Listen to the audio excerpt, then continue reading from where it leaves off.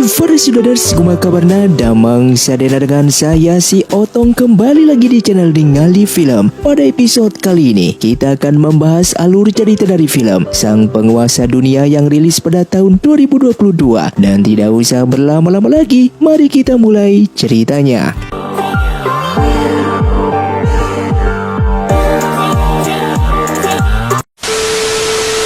Film pun diawali dengan diceritakan jika dunia terbagi dari 7 wilayah yang dipimpin langsung oleh kekaisaran. Namun hanya dengan sebuah pelas Wanji, seorang pemimpin tersebut bisa menguasai 6 wilayah itu. Dan terlihat seorang putra mahkota dari negara Dong bernama Jingyan sedang berlari terburu-buru untuk menemui ayahnya yang merupakan seorang kaisar bernama Chunxi. Di sana ia pun melaporkan jika pelas Wanji telah hilang dari tempatnya, dan mendengar hal itu membuat Kaisar Chunxi langsung memerintahkan kepada raja di 6 wilayah tersebut untuk mencari keberadaan pelas Wanji itu. Bahkan seekor burung pun telah memberikan berita tersebut kepada Zhongli yang merupakan pengawal dari Hai Fengxi tentang hilangnya pelas Wanji. Ia pun dengan segera memberikan informasi tersebut kepada tuannya itu, dan Hai Fengxi ini merupakan salah satu pendekar terkuat di dunia persilatan. Singkatnya 1 bulan kemudian di suatu gunung, terlihat seorang jenderal bernama Ying Zhao dari wilayah Jizhou sedang dikejar oleh para pendekar dari wilayah lainnya, dikarenakan mereka menganggap jika pelas Wanji berada di tangan Ying Zhao dan ingin merebutnya. Ying Zhao yang berhasil masuk ke dalam hutan, namun kudanya harus terkena serangan dari musuh, dan pada akhirnya ia yang sudah terkepung harus melawan mereka seorang diri. Ying Zhao yang kewalahan dalam bertarung, seketika seorang pendekar wanita datang bernama Bai Fengxi untuk membawa Ying Zhao pergi dari sana.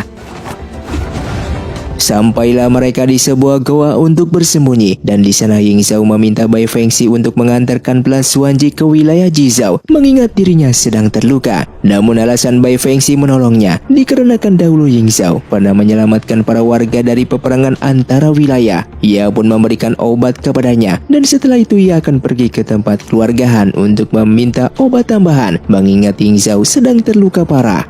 Di sisi lain, di tempat keluarga Han, terlihat Tuan Han sedang merayakan pesta ulang tahunnya, yang seketika Bai Fengxi telah sampai di sana dengan berteriak mengucapkan selamat kepada Tuan Han. Tuan Han yang melihat Bai Fengxi langsung mengusirnya, mengingat jika Bai Fengxi selalu meminta obat secara paksa kepada keluarga Han. Akan tetapi Bai Fengxi mengatakan jika ia akan pergi dari sana setelah ia mendapatkan obat yang ia inginkan, sehingga Tuan Han memerintahkan para pendekar di sana untuk menangkap Bai Fengxi.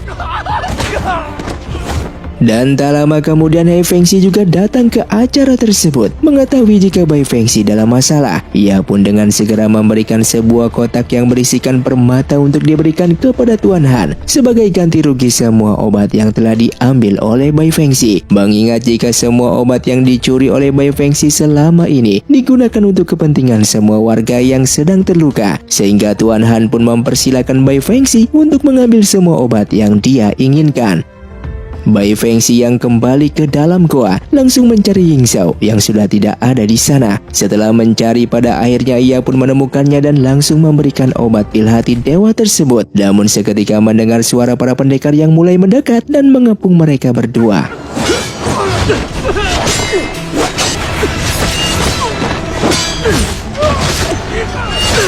Di saat pelas Wanji akan direbut oleh para pendekar tersebut, seketika Bai Fengxi merebutnya dan tersengaja memegang secara langsung, yang membuatnya terkena racun. Lalu ia pun menolong Ying Zhao yang sudah terdesak dan pergi dari sana.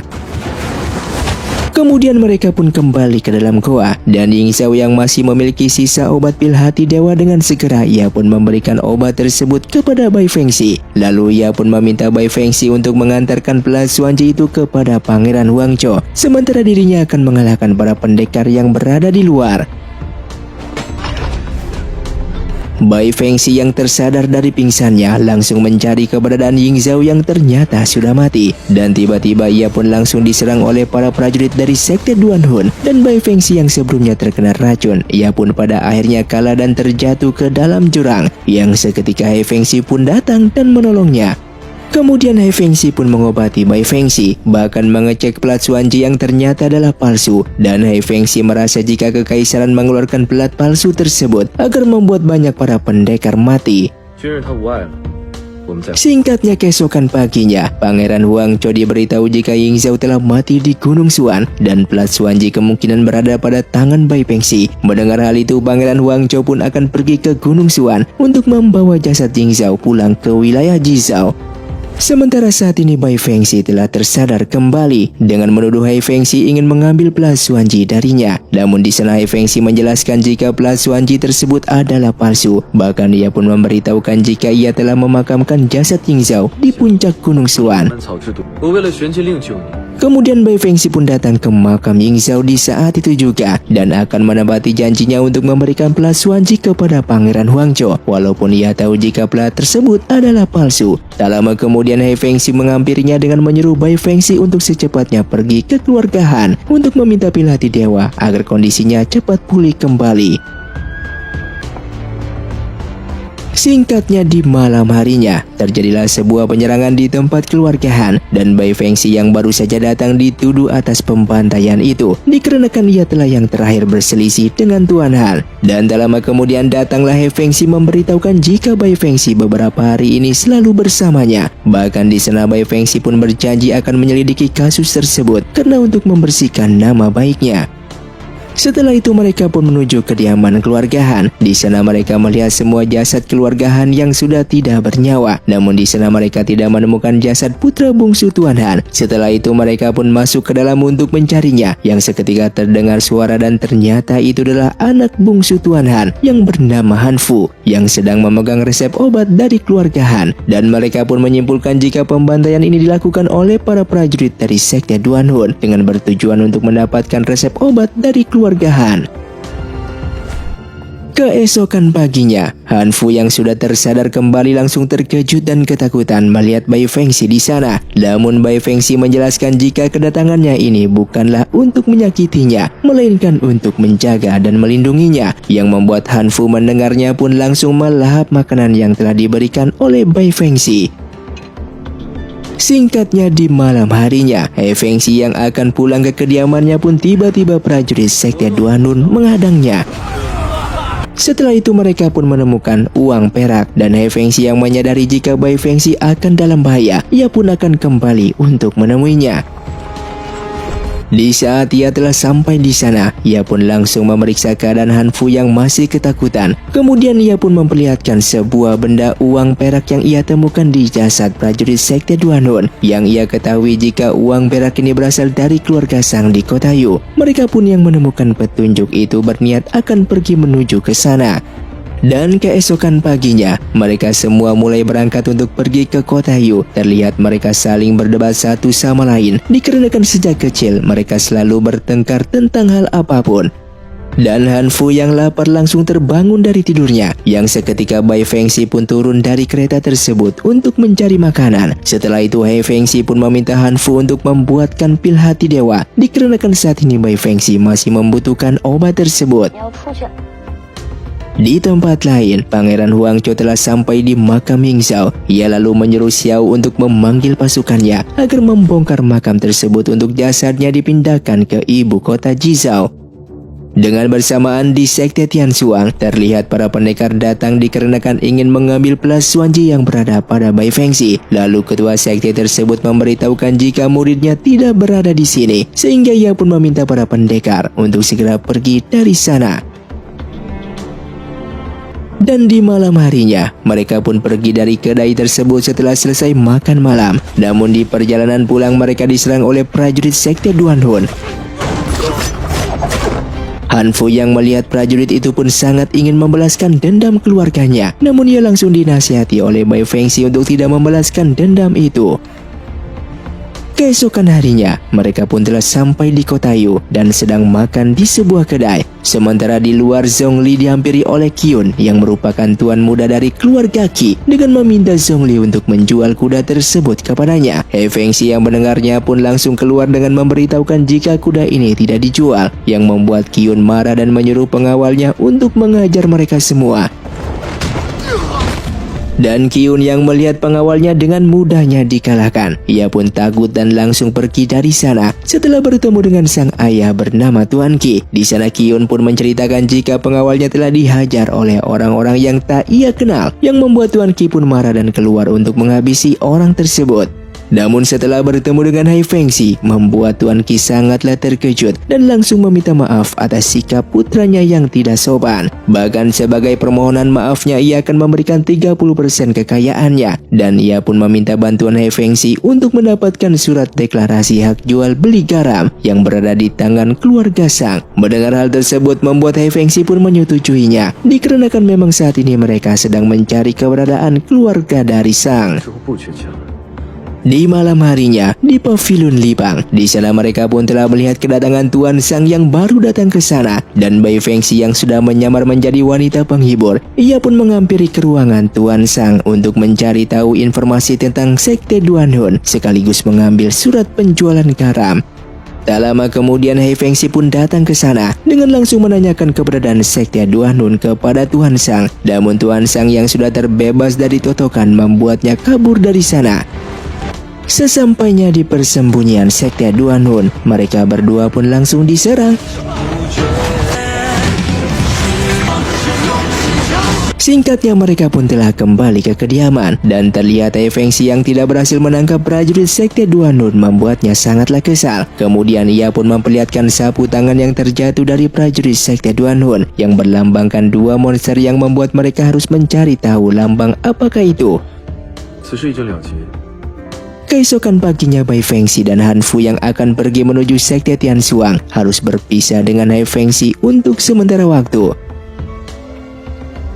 Singkatnya, di saat Bai Fengxi telah sampai di desa Tai, dengan bersamaan ia pun melihat orang-orang yang telah berdatangan ke desa tersebut, yang ternyata orang-orang itu adalah rakyat dari kota Luo yang dipimpin oleh keluarga kekaisaran. Dikarenakan Sang Zhao akan melakukan penyerangan terhadap kota Luo, dan rakyat pun pada akhirnya mengungsi ke desa tersebut. Hal itu disebabkan karena Plus Wanji telah hilang, yang membuat Sang Zhao juga ingin menguasai dunia. Di dalam perjalanannya, saat itu Han Fu sudah lelah karena belum juga sampai di Sekte Tianxuang. Bai Fengxi memberitahukan jika mereka akan sampai setelah melewati gunung desa Tai. Sementara di kota Luo yang berada di wilayah negara Dong, 10.000 pasukan Sang Zhao sudah berkumpul di gerbang kota Luo. Jenderal pasukan Sang Zhao meminta agar wali kota segera membuka gerbang, karena jika tidak maka mereka akan langsung menyerang. Sedangkan di dalam, Jenderal Kota Luo sedang berdiskusi bersama dengan wali kota. Hilangnya Plus Wanji dari istana menyebabkan semua wilayah akan mulai bertindak, dan wali kota juga sudah mengirimkan orang untuk meminta bantuan ke ibu kota. Namun meskipun begitu, Jenderal Wen masih tidak yakin akan menang, dikarenakan pasukan Sang Zhao sangatlah begitu banyak. Kemudian mereka kedatangan seorang utusan dari ibu kota. Dia adalah pendekar dari keluarga Yu bernama Wu Yuan. Namun kedatangannya bukan untuk berperang, melainkan ia akan membujuk Raja Sang Zhao untuk menarik semua pasukannya. Di sisi lain, Han Fu tidak sengaja membuat wajah Bai Fengxi menjadi hitam. Ia lalu berlari karena takut Bai Fengxi marah. Namun tiba-tiba saja ia diserang oleh Xiao dan Pangeran Wang Chou. Setelah pertarungan tersebut, Pangeran Wang Chou terkejut karena mendapatkan lawan yang bisa mengimbanginya, dan Pangeran Wang Chou yang penasaran dengan namanya, namun Bai Fengxi tidak akan memberitahukannya. Dengan bersamaan, Wu Yuan pun bertemu dengan pasukan Sang Zhao dan ingin dipertemukan dengan Jenderal Besar Sang Zhao, namun pasukan di sana langsung menyerang Wu Yuan.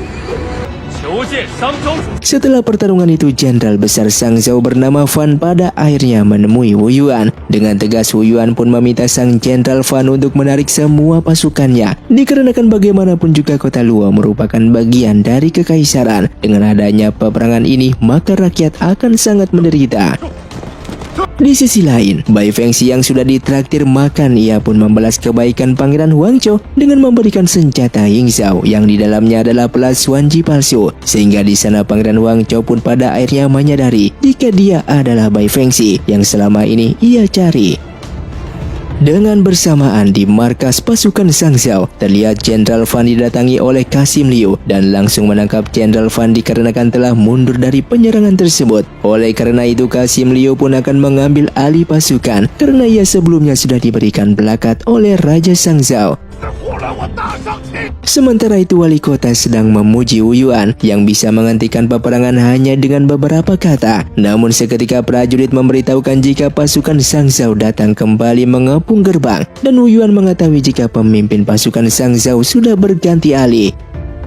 Kemudian Wu Yuan pun memerintahkan prajurit untuk bersiap membuat formasi, dan mereka harus mendengarkan semua perintah Wu Yuan. Tak lama kemudian He Fengxi pun datang ke atas kereta Kasim Liu dengan menyuruh Kasim Liu untuk mundur dari sana, dikarenakan jika raja memulai lagi untuk berperang, maka He Fengxi sendiri yang akan datang menemuinya. Kemudian wali kota diberitahu jika pasukan Sang Zhao telah mundur kembali karena Tuan Muda He Fengxi datang menerobos pasukan Sang Zhao, yang membuat Jenderal Wen pun terkejut mendengarnya dikarenakan dua pendekar hebat datang membantu kota Luo. Di malam harinya, Wu Yuan dan He Fengxi bertemu kembali untuk minum bersama, dan di sana Wu Yuan berterima kasih kepada He Fengxi dikarenakan telah membantunya. Singkatnya di pagi harinya, Bai Fengxi yang bertemu dengan para pendekar, Pangeran Wang Chou yang datang, ia pun memberitahukan jika belas Suanji sudah ada di tangannya. Setelah itu Bai Fengxi pun disambut oleh dua orang junior seperguruannya yang bernama Jiu Rong dan Lang Hua. Kemudian Bai Fengxi lalu bertemu dengan gurunya. Ia pun menceritakan jika belas Suanji yang dicari oleh para pendekar ternyata adalah palsu. Ia sebelumnya juga sudah bertarung dengan prajurit sekte Duanun yang misterius. Bahkan pavilion Guan milik Hai Fengxi tidak menemukan informasi tentang mereka. Bahkan ia juga menceritakan jika ia telah menemukan sapu tangan dengan berlambangkan dua monster. Guru Bai yang mendengarnya pun sangatlah terkejut dikarenakan dahulu pasukan misterius itu pernah menyerang negara Dong. Namun beruntungnya saat itu para pendekar dari 6 wilayah datang untuk membantu, dan saat itu pasukan musuh mengibarkan benderanya berlambangkan dua monster. Sementara di perbatasan, terlihat pangeran ketiga Yongzhou yaitu Feng Zhu akan datang ke istana Wen Kuan untuk menemui kakaknya pangeran kedua yaitu Feng Langxi, atau di dunia persilatan dikenal sebagai He Fengxi. Kemudian pangeran ketiga yang telah sampai di sana, namun Wani yang memintanya untuk datang di lain hari, dikarenakan hari ini pangeran kedua sedang sakit dan dia tidak ingin ditemui oleh siapapun. Tak lama kemudian Feng Chang yang merupakan pangeran pertama pun juga datang ke sana. Bahkan Ren Rusong yang merupakan kepala militer Yongzhou juga datang untuk menemui pangeran kedua. Dan setelah di depan kamar pangeran kedua, pangeran ketiga yang sudah melihat kakaknya lewat jendela sedang terbaring sakit, dan ia pun langsung pergi meninggalkan istana tersebut. Yang ternyata pangeran pertama dan Ren Rusong sudah mengetahui jika pangeran kedua telah pergi dari istana, dan mereka berdua datang ke sana dengan sengaja untuk berpura-pura ingin menemui pangeran kedua untuk mencegah agar pangeran ketiga tidak mengetahui jika pangeran kedua sering keluar dari istana. Di kediamannya, Feng Zhu menyadari jika orang di balik jendela yang ia lihat bukanlah kakaknya. Ia pun akan menemui ayahnya di istana Yongzhou. Di sana terlihat penasihat raja memberitahukan jika penyerangan dari Sang Zhao terhadap kota Liu telah gagal dikarenakan mereka telah dihadang oleh para pendekar hebat yang telah mengancamnya. Lalu Feng Zhu yang menemui ayahnya pun langsung mengatakan jika saat ini pangeran kedua sedang sakit. Hal tersebut membuat Raja Yongzhou sangatlah mengkhawatirkannya.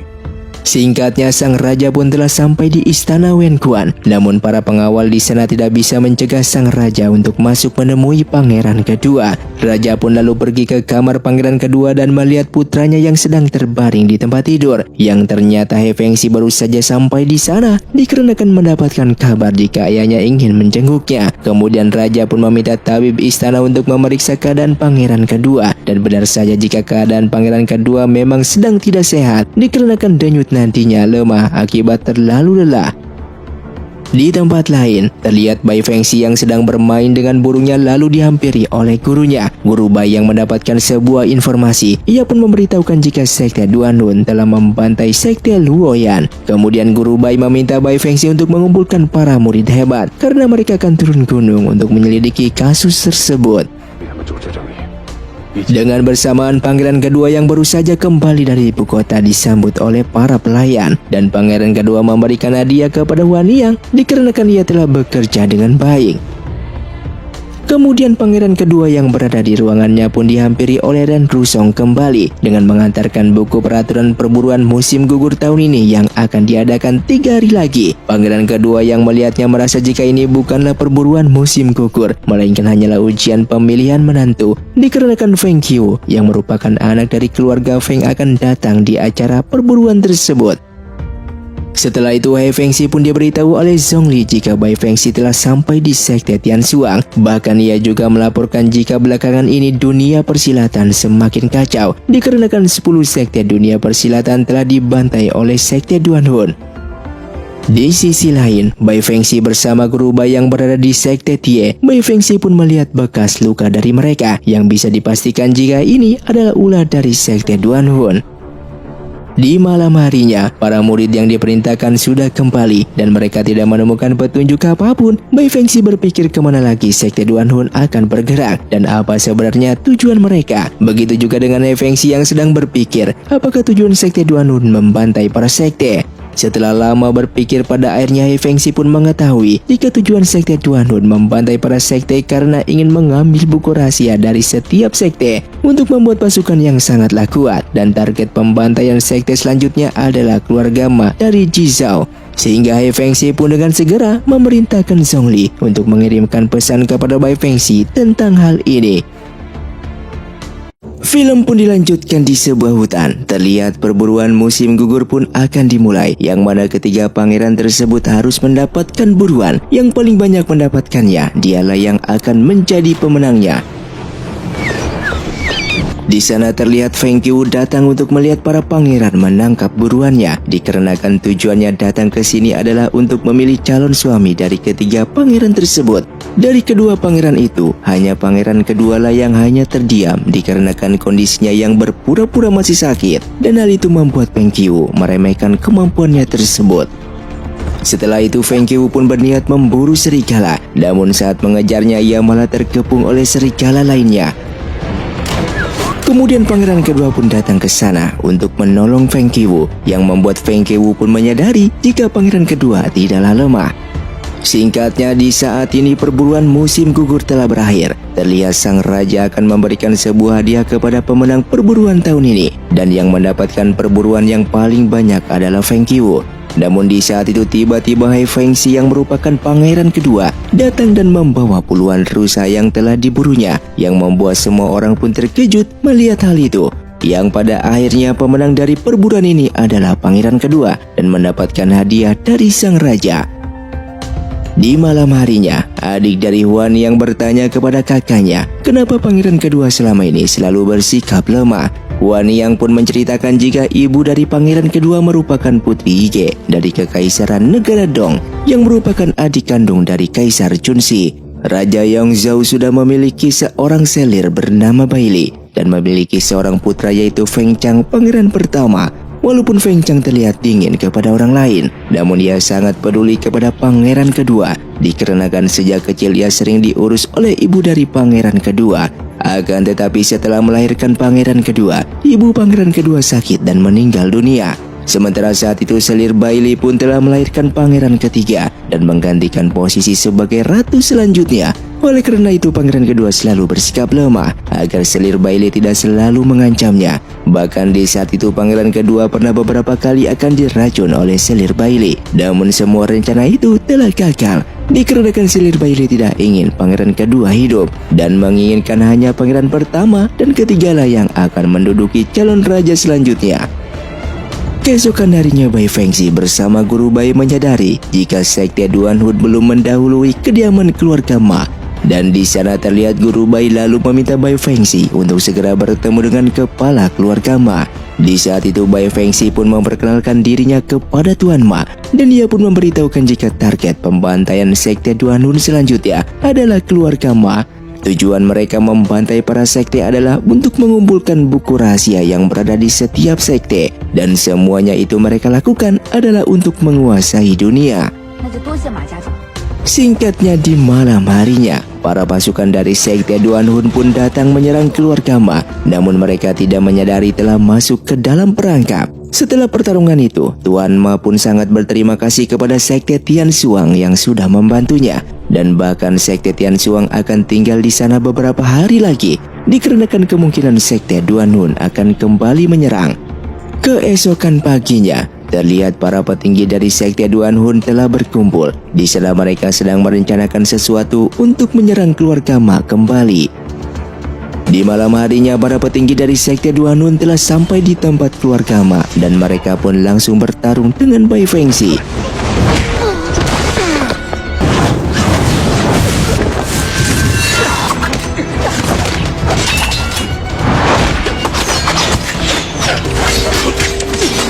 Guru Bai yang terkena racun membuat Bai Fengxi sangatlah marah dan ia pun terpaksa akan membunuh wanita ini. Sementara itu Tuan Ma yang kalah berhasil direbut buku rahasianya oleh petinggi Sekte Duan Hun.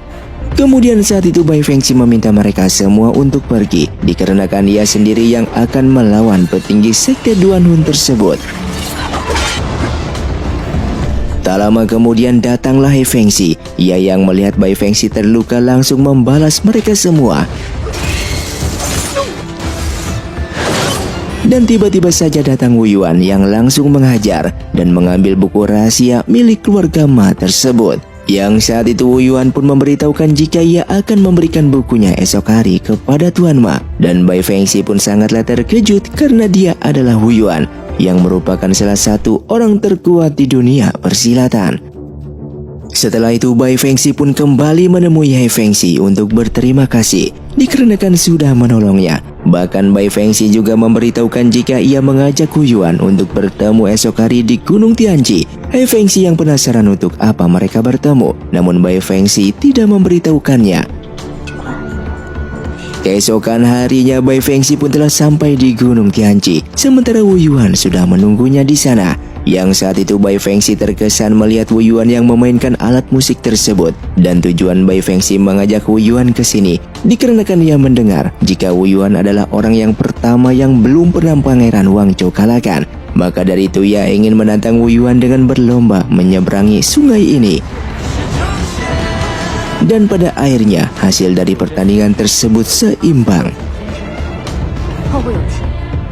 Di malam harinya terlihat pangeran kedua mendapatkan titah dari sang raja. Jika belakangan ini air sungai Lian sedang pasang besar, oleh karena itu sang raja memerintahkan He Fengxi untuk membawa beberapa kementerian pekerjaan untuk pergi ke sana dalam memperbaiki dinding sungai di kota De. Singkatnya He Fengxi yang telah berada di kapal bersama para menteri pekerjaan, dan dikarenakan ombak semakin besar mereka pun berniat untuk kembali. Namun tiba-tiba saja datang sekumpulan orang muncul di bawah kapal yang berniat membocorkan kapal untuk menenggelamkannya. Keesokan paginya pengawal dari pangeran ketiga memberitahukan jika ia sudah menyuruh orang untuk menenggelamkan kapal pangeran kedua, dan sampai sekarang pangeran kedua masih belum diselamatkan. Feng Zhu yang mendengarnya pun sangatlah marah dikarenakan dia tidak menyuruh pengawalnya tersebut untuk melakukan hal seperti itu.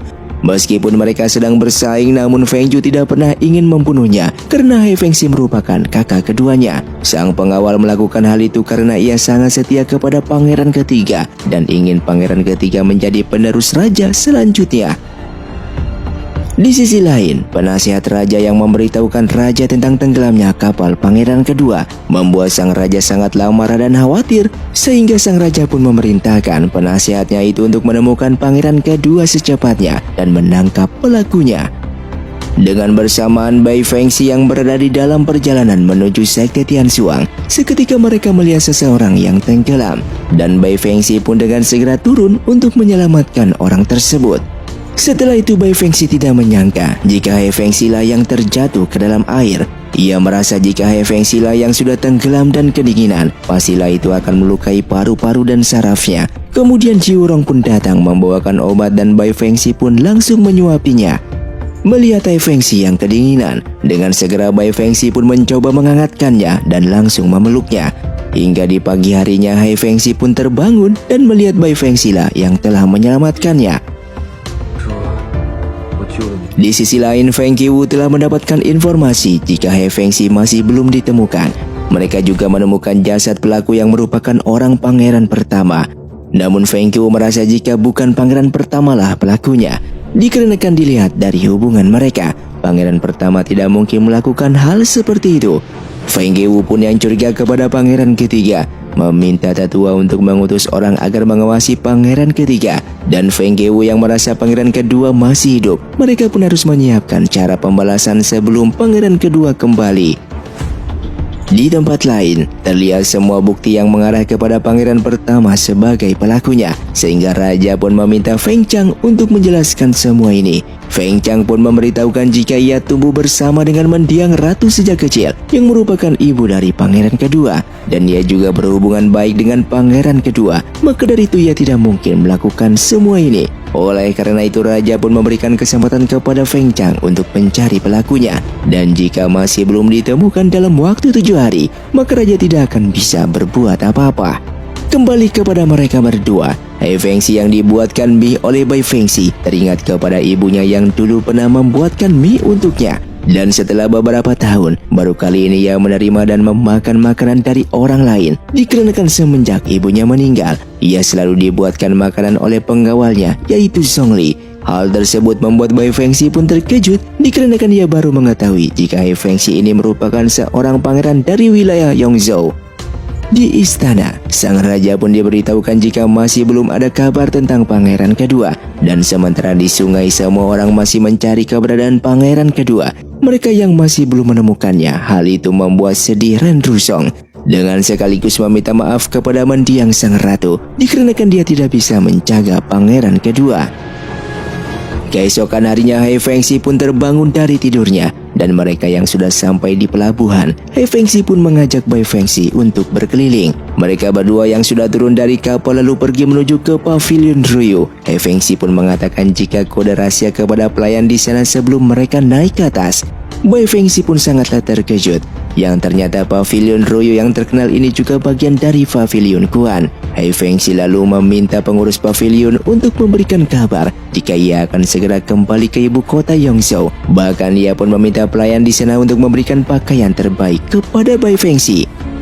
Sementara di wilayah Jizhou, Wu Yuan pun menemui Pangeran Huang Chou dengan mengatakan jika Bai Fengxi memang benar wanita hebat nomor 1, seperti yang dikatakan oleh Pangeran Huang Chou. Huang Chou yang terus bertanya tentang Bai Fengxi, hal itu membuat Wu Yuan heran, karena biasanya Huang Chou selalu memikirkan tentang strategi perang dan kerajaan. Setelah itu Pangeran Huang Chou lalu meminta Wu Yuan untuk mengkonfirmasi apakah Plus Wanji ini adalah palsu. Wu Yuan yang melihatnya pun membenarkan jika ini adalah Plus Wanji yang palsu, yang membuat Pangeran Huang Chou sangatlah kesal karena Ying Xiao harus mati hanya untuk mendapatkan Plus Wanji yang palsu. Di kediamannya, Feng Qiu diberitahu jika pangeran kedua masih belum ditemukan, dan tak lama kemudian seorang pelayan pun datang menemuinya dengan memberikan surat tersebut, yang ternyata surat itu dari pavilion Ruyu dengan menjelaskan jika pangeran kedua akan kembali ke ibu kota Yingzhou esok hari. Sementara itu Feng Qiu pun diberitahu pengawalnya jika dia sudah menemukan jasad pangeran kedua. Di saat dilihat ciri-cirinya memang seperti pangeran kedua, namun wajahnya yang sudah rusak sehingga sudah tidak bisa untuk dikenali. Di sisi lain, Hai Fengxi yang akan kembali ke ibu kota Yongzhou, ia pun mendapatkan sebuah kabar jika Feng Zhu orang yang telah mencelakainya, dan Bai Fengxi pun menemuinya untuk menghibur Hai Fengxi yang sedang bersedih, dikarenakan tidak menyangka jika pangeran ketigalah yang telah mencoba untuk membunuhnya. Dan tak lama kemudian mereka mendapatkan kabar jika Lang Hua tiba-tiba tak sadarkan diri dengan keadaan darurat. Hai Fengxi menyarankan Bai Fengxi bersama para adik seperguruannya untuk sementara waktu tinggal di ibu kota Yongzhou, karena ia akan memanggil tabib terbaik dan mencari penginapan untuk mereka. Di sisi lain, Hai Fengxi pun bertemu kembali dengan Feng Qiu, dan di sana Feng Qiu pun memberitahukan jika esok hari pangeran ketiga menyiapkan mayat palsu untuk membuat kematian pangeran kedua, dan hal tersebut membuat pangeran kedua pun mengetahui jika dalang semua ini ulah dari pangeran ketiga. Keesokan harinya, ritual doa untuk kematian pangeran kedua sudah dimulai. Namun tiba-tiba Ren Rusong datang dengan memberitahukan jika pangeran kedua sudah kembali ke kediamannya. Di saat itu sang raja pun menemui pangeran kedua. Dengan bahagia ia pun kembali melihat anak keduanya tersebut. Sang raja pun berjanji akan menemukan orang yang mencelakai pangeran kedua dan memberikan hukuman berat. Namun di sana pangeran kedua mengatakan jika ia sudah menyelidiki orang yang mencelakainya, yang tak lain adalah pangeran ketiga, dan raja yang mendengarnya pun sangatlah marah. Setelah sang raja pergi dari sana, pangeran kedua memberitahukan jika dia ditolong oleh Bai Fengxi dan sekte Tian Xuang. Jika saja tidak ditolong, mungkin mereka tidak bisa melihat dirinya kembali. Sementara saat ini Feng Zhu sangatlah panik karena istana pasti akan menangkap mereka. Namun pengawal pribadinya tersebut memberitahukan jika ia sendiri yang akan menanggung semua ini, dan ia pun sudah menyampaikan semua ini kepada sang raja. Singkatnya, pangeran ketiga yang berada di kuil didatangi oleh ibunya yang merupakan Ratu Baili yang sudah menyiapkan pengawal baru untuk pangeran ketiga dikarenakan pengawal sebelumnya telah dihukum mati. Di saat pangeran kedua keluar dari kuil, yang ternyata pengawal barunya sudah ada di sana dengan memperkenalkan dirinya bernama Jia Xian, dan mereka pun turun gunung bersama menuju ke ibu kota Yongzhou. Dengan bersamaan terlihat Bai Fengxi yang sedang menyiapkan bahan makanan. Hai Fengxi datang menemuinya. Bai Fengxi pun berterima kasih karena tempat Hai Fengxi dipinjamkan begitu nyaman, dan Lang Hua yang sedang sakit juga sudah siuman. Namun Hai Fengxi yang tidak mau Bai Fengxi hanya berterima kasih. Ia pun meminta Bai Fengxi untuk menemaninya jalan-jalan. Di dalam perjalanan, Bai Fengxi memuji Yongzhou sebagai kota paling bagus yang pernah ia lihat, dan ia berharap keindahan Yongzhou selalu seperti ini. Di sini Bai Fengxi yang melihat bunga mekar sangatlah indah. Penjual pun menawarkan Bai Fengxi untuk dilukis dengan deretan rantai bunga di belakangnya. Namun Hai Fengxi melihat hal itu, meminta penjual tersebut untuk ia sajalah yang melukis Bai Fengxi. Tak lama kemudian Bai Fengxi melihat seorang anak akan terjatuh. Ia pun langsung pergi untuk menyelamatkannya. Bai Fengxi yang sebelumnya terkilir mengajak Hai Fengxi untuk pulang. Namun Hai Fengxi ingin melihat kaki Bai Fengxi dan langsung mengobatinya. Bahkan ia pun langsung menggendongnya menuju kediaman Bai Fengxi. Dan singkatnya, keesokan harinya, mereka semua sedang mengadakan penyambutan untuk kepulangan Ratu Baili ke istana. Dan para prajurit yang melihat gelandangan datang, mereka pun langsung mengusirnya. Namun pengawal Ratu Baili ini memarahi mereka yang tidak sopan kepada sang ratu. Hingga pada akhirnya Feng Zhu datang dan semua orang tahu jika itu adalah Ratu Baili. Ketika berada di istana, Ratu Baili mengadukan sikap pangeran kedua yang berbeda terhadapnya. Namun raja mengatakan jika pangeran ketigalah yang berubah karena dia sudah berani mencelakai saudaranya sendiri. Raja pun meminta ratu untuk berbicara kepada Feng Zhu agar Feng Zhu tidak melakukan perbuatan seperti itu lagi. Dengan bersamaan terlihat Feng Chang sedang memikirkan ibunya yang tidak pernah peduli kepadanya, padahal ia juga merupakan anak kandung Ratu Baili. Di sisi lain, Bai Fengxi pun datang ke pegadaian karena membutuhkan uang. Namun barang yang akan ia gadaikan nilainya tidak begitu besar. Ia pun teringat ucapan Hai Fengxi untuk datang ke pavilion Ruyu jika dalam kesulitan, dan katakan kode rahasia untuk bisa mengambil barang apa saja yang ia inginkan. Singkatnya, di pavilion Ruyu, Bai Fengxi pun bertemu dengan pemilik pavilion. Ia pun lalu mengatakan kode rahasia. Tak lama kemudian Feng Chang yang turun dari tangga tiba-tiba saja terjatuh, dan Bai Fengxi yang melihatnya pun langsung menolongnya. Yang saat itu Feng Chang bermimpi ketika ia masih kecil dan ibunya Ratu Baili tidak mengakuinya sebagai anak. Setelah itu Feng Chang yang terbangun langsung memerintahkan pengawalnya untuk pergi dari sana. Di saat itu Feng Chang teringat ketika dulu bersama ibunya, ia tiba-tiba saja terjatuh dan mengeluarkan busa di mulutnya. Oleh karena itulah Ratu Baili tidak suka kepada Feng Chang dan tidak mau mengakuinya sebagai anak dan dianggap sebagai anak pembawa malapetaka. Feng Chang yang sangatlah kesal lalu meminta para bawahannya untuk membunuh semua orang yang sebelumnya melihat penyakitnya kambuh, kecuali pemilik pavilion Ruyu. Di malam harinya, Hai Fengxi yang melihat Bai Fengxi yang tertidur dikarenakan telah lelah menggiling bahan obat untuk Lang Hua. Seketika Hai Fengxi mengingat perkataan Song Li jika Bai Fengxi mengambil barang di pavilion Ruyu. Bai Fengxi pun mengatakan jika dia kagum kepada Hai Fengxi dikarenakan pavilion Guan yang begitu besar bisa dikelola dengan baik oleh Hai Fengxi. Lalu Hai Fengxi pun menawarkan untuk Bai Fengxi belajar kepadanya dengan syarat Bai Fengxi harus membuatkan semangkuk mie seperti saat mereka di kapal. Keesokan harinya, pangeran kedua mendapatkan kabar jika Pangeran Huangzhou akan mengembalikan belas Xuanji palsu kepada kekaisaran, dan pangeran kedua menyadari jika ide ini datang dari Wu Yuan. 耀武扬威的。 Di sisi lain, saat itu Feng Chang telah mendapatkan laporan jika orang-orang yang melihat pangeran sakit sudah dibunuh kecuali pemilik pavilion. Namun pangeran mengatakan jika dia ingat ada seorang wanita berpakaian putih, dan pengawalnya pun memberitahukan jika nona itulah yang telah menyelamatkan pangeran di saat kambuh. Namun Feng Chang yang tidak peduli, dia tetap bersikeras untuk membunuh siapapun yang sudah melihat penyakitnya tersebut. Di tempat lain, saat itu Bai Fengxi mencegah Gao Yu yang akan pergi ke ibu kota, karena ini adalah perintah dari guru mereka. Oleh karena itu Bai Fengxi pun memberikan kesempatan kepada Gao Yu untuk melawannya. Jika Bai Fengxi kalah maka dia tidak akan memperdulikan Gao Yu lagi.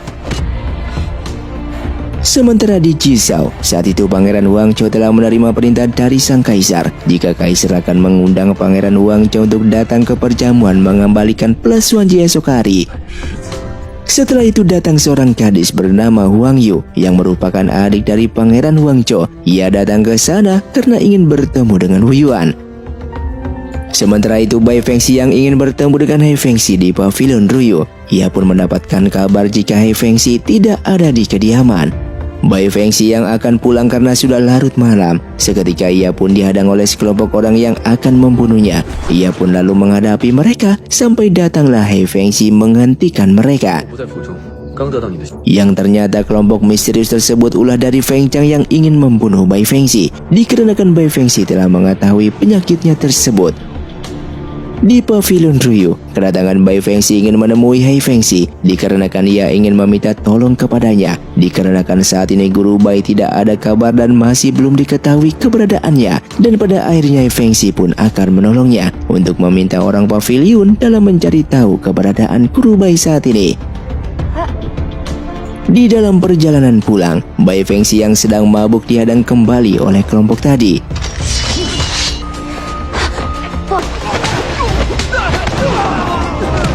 Feng Chang lalu memberikan kode kepada orang-orangnya untuk pergi, dan dia bertanya kepada Bai Fengxi apakah mereka pernah bertemu. Namun Bai Fengxi yang tidak ingat Feng Chang pun tidak jadi membunuhnya dan membiarkan Bai Fengxi pergi dari sana. Film pun dilanjutkan dengan diperlihatkannya sang Raja Yongzhou memberitahukan jika Pangeran Huangzhou berniat mengembalikan Plus Xuanji dan Kaisar akan mengadakan perjamuan 6 prefektur. Sang Raja pun bertanya siapakah yang cocok untuk dia utus mewakili Yongzhou pergi ke Kaisaran, dan sang menteri pun mengusulkan agar pangeran ketigalah saja yang akan pergi ke perjamuan 6 prefektur tersebut.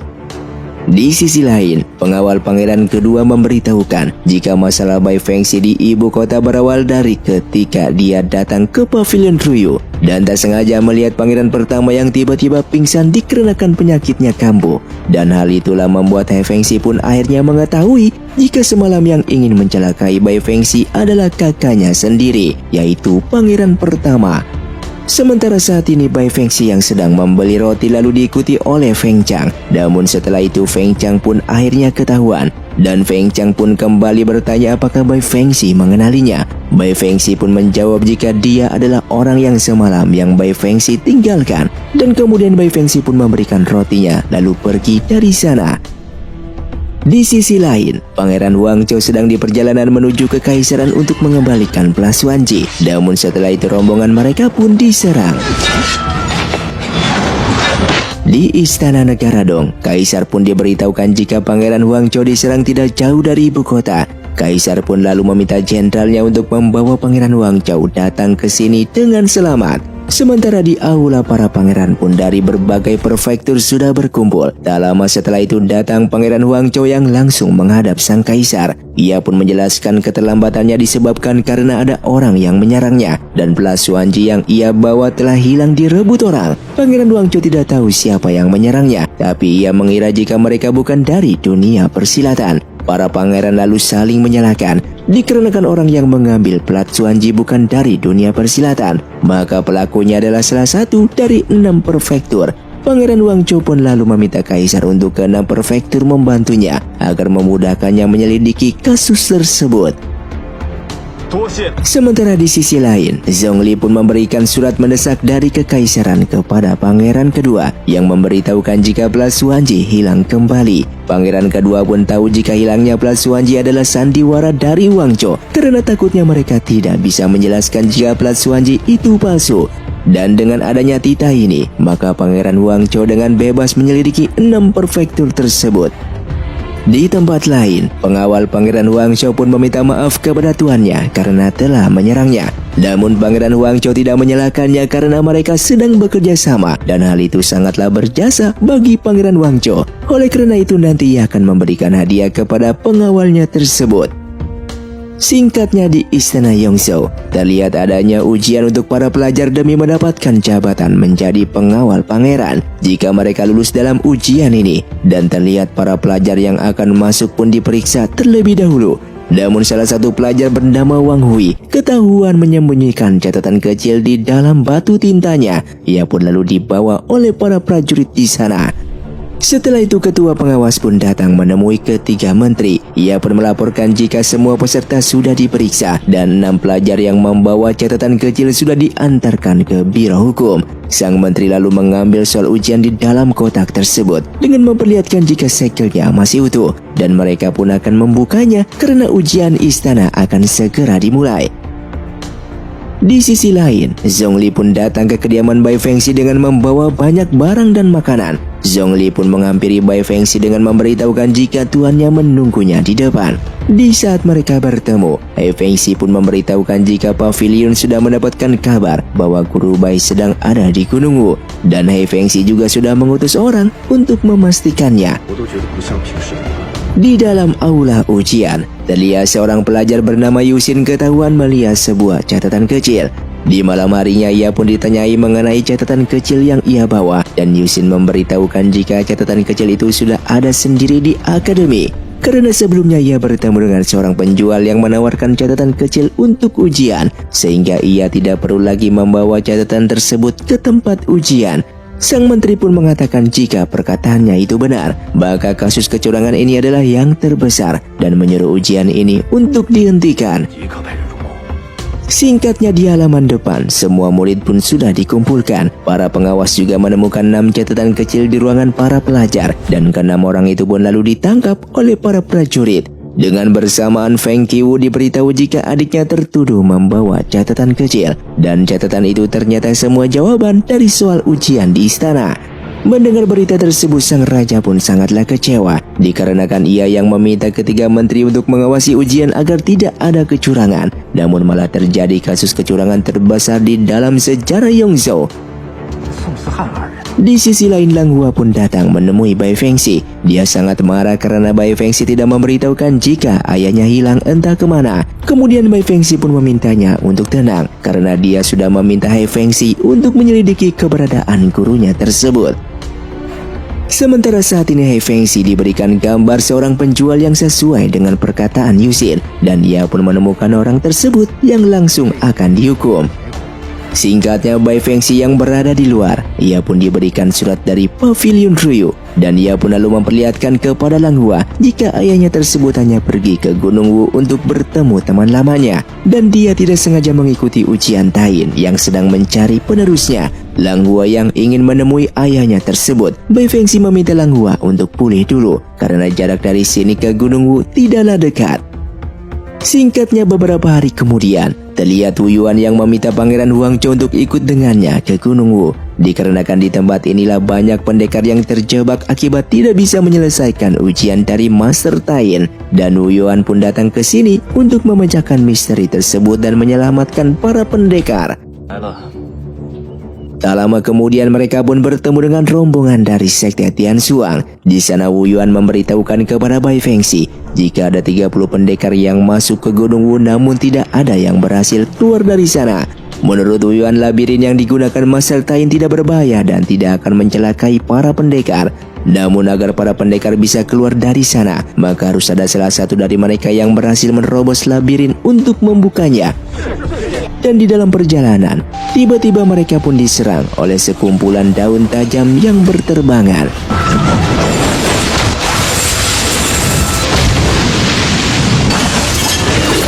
Di sana terlihat Lang Hua dan Ciurong yang masuk ke dalam lubang. Seketika Ciurong mendengar ada seseorang yang mendekat.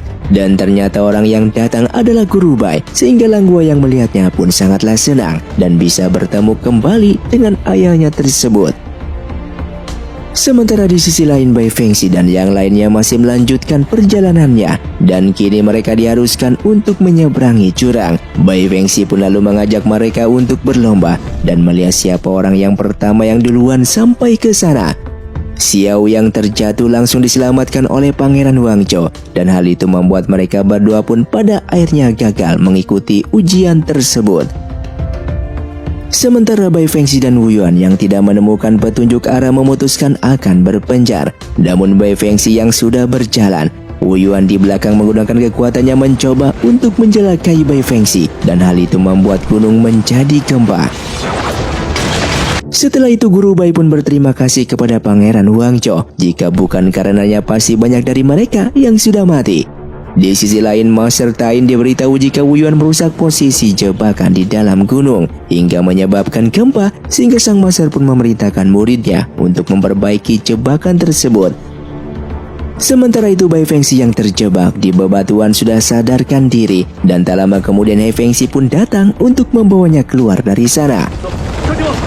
Dengan bersamaan Master Tain pun diberitahu jika para pendekar di lembah dalam keadaan baik-baik saja dan saat ini Wu Yuan pun sudah terkurung di dalam formasi. Master Tain sengaja mengurungnya di sana dikarenakan dia sudah mencelakai para pendekar yang mengikuti ujian demi mendapatkan jurus rahasianya.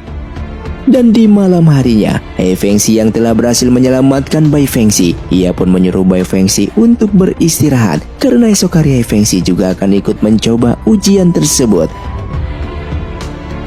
Dan keesokan harinya mereka berdua pun sudah bersiap untuk mengikuti ujian Master Tain. Di sini mereka berdua pun langsung disambut dengan 6 formasi patung yang siap akan menyerang mereka. Di sana Hai Fengxi memberitahukan jika setiap potongan batu di lantai memiliki jebakan. Jika ingin pecahkan formasi ini maka mereka harus melihat hubungan antara batu ukiran dengan patung batunya. Di saat melihat ukiran batunya, Bai Fengxi pun menyadari jika ia pernah melihat lukisan 6 raja di pagoda Bawang. Dan setiap raja memiliki puisi tersendiri, sehingga mereka pun mencoba kembali untuk memecahkan formasi ini. Setelah berhasil, Hai Fengxi pun tahu perasaan Master Tain tentang dunia ini. Dan Master Tain pun bertanya siapakah mereka yang sebenarnya. Setelah mereka memperkenalkan diri, Master Tain pun merasa jika Bai Fengxi dan Hai Fengxi bukanlah pendekar biasa karena bisa menerobos formasi 6 patung. Jika mereka ingin menyelamatkan orang-orang, maka mereka harus menyelesaikan ujian ini dulu dan mendapatkan ajaran jurus rahasianya. Di dalam ujian berikutnya, Master Tain pun mengajak salah satu dari mereka untuk bermain catur. Dan Hai Fengxi pun mengatakan jika ia saja yang akan bermain. Namun di saat meletakkan anak catur, seketika Hai Fengxi langsung tak sadarkan diri dan masuk ke dalam alam bawah sadarnya. Di sini Hai Fengxi bertemu dengan anak catur musuh yang menggambarkan dirinya sendiri. Karena sesungguhnya musuh terbesar kita adalah diri kita sendiri. Setelah itu Hai Fengxi pun bertemu dengan dirinya saat masih kecil yang sedang menyesali kematian ibunya karena ia selalu bermain saat ibunya masih ada. Hai Fengxi pun lalu menasihati dirinya untuk membuang semua hasutan iblis di dalam dirinya. Di ujian terakhir Hai Fengxi pun diberitahu jika hidup itu seperti catur dan papan catur adalah utas dari 3000 masalah. Yang saat ini Master Tain hanya ingin memintanya untuk memotong 3000 utas masalah tersebut agar Hai Fengxi dapat memecahkan permainan ini. Di saat tersisa 1 utas lagi, seketika Hai Fengxi langsung teringat kebersamaannya dengan Bai Fengxi. Namun di luar Bai Fengxi yang melihat Hai Fengxi yang tidak kuat lagi, ia pun langsung merusak catur Master Tain. Dan tiba-tiba mereka berdua pun bertemu dengan sang Master Tain dengan mengatakan jika para pendekar menginginkan ajaran rahasianya, yaitu ajaran Lanyin dan Biu. Akan tetapi kenapa mereka malah menolak? Master Tain yang merasa ilmu bela dirinya diremehkan, Hai Fengxi pun memberitahukan jika kedatangannya ke sini karena ingin menemani Bai Fengxi. Sedangkan Bai Fengxi kedatangannya ke sini karena untuk menyelamatkan guru dan adik seperguruannya yang saat ini sedang terjebak di dalam goa. Namun Master Tain pun mengatakan dikarenakan mereka berdua sudah sampai di sini, Master Tain pun lalu mengeluarkan kedua ajarannya untuk mereka serap dan pelajari.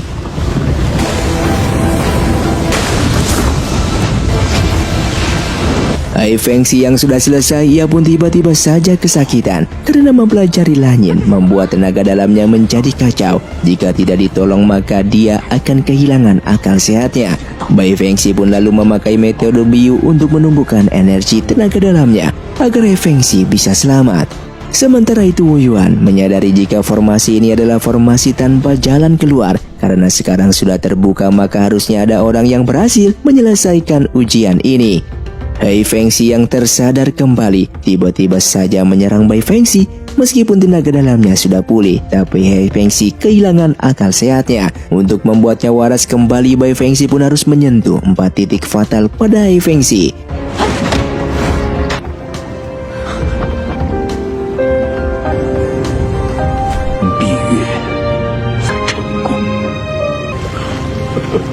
Di sisi lain, Wu Yuan ternyata pemimpin dari sekte Duanhun.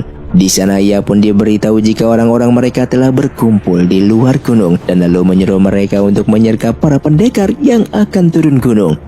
Yang pada akhirnya para pendekar yang berhasil keluar dan akan turun gunung tiba-tiba diserang oleh pasukan dari sekte Duanhun.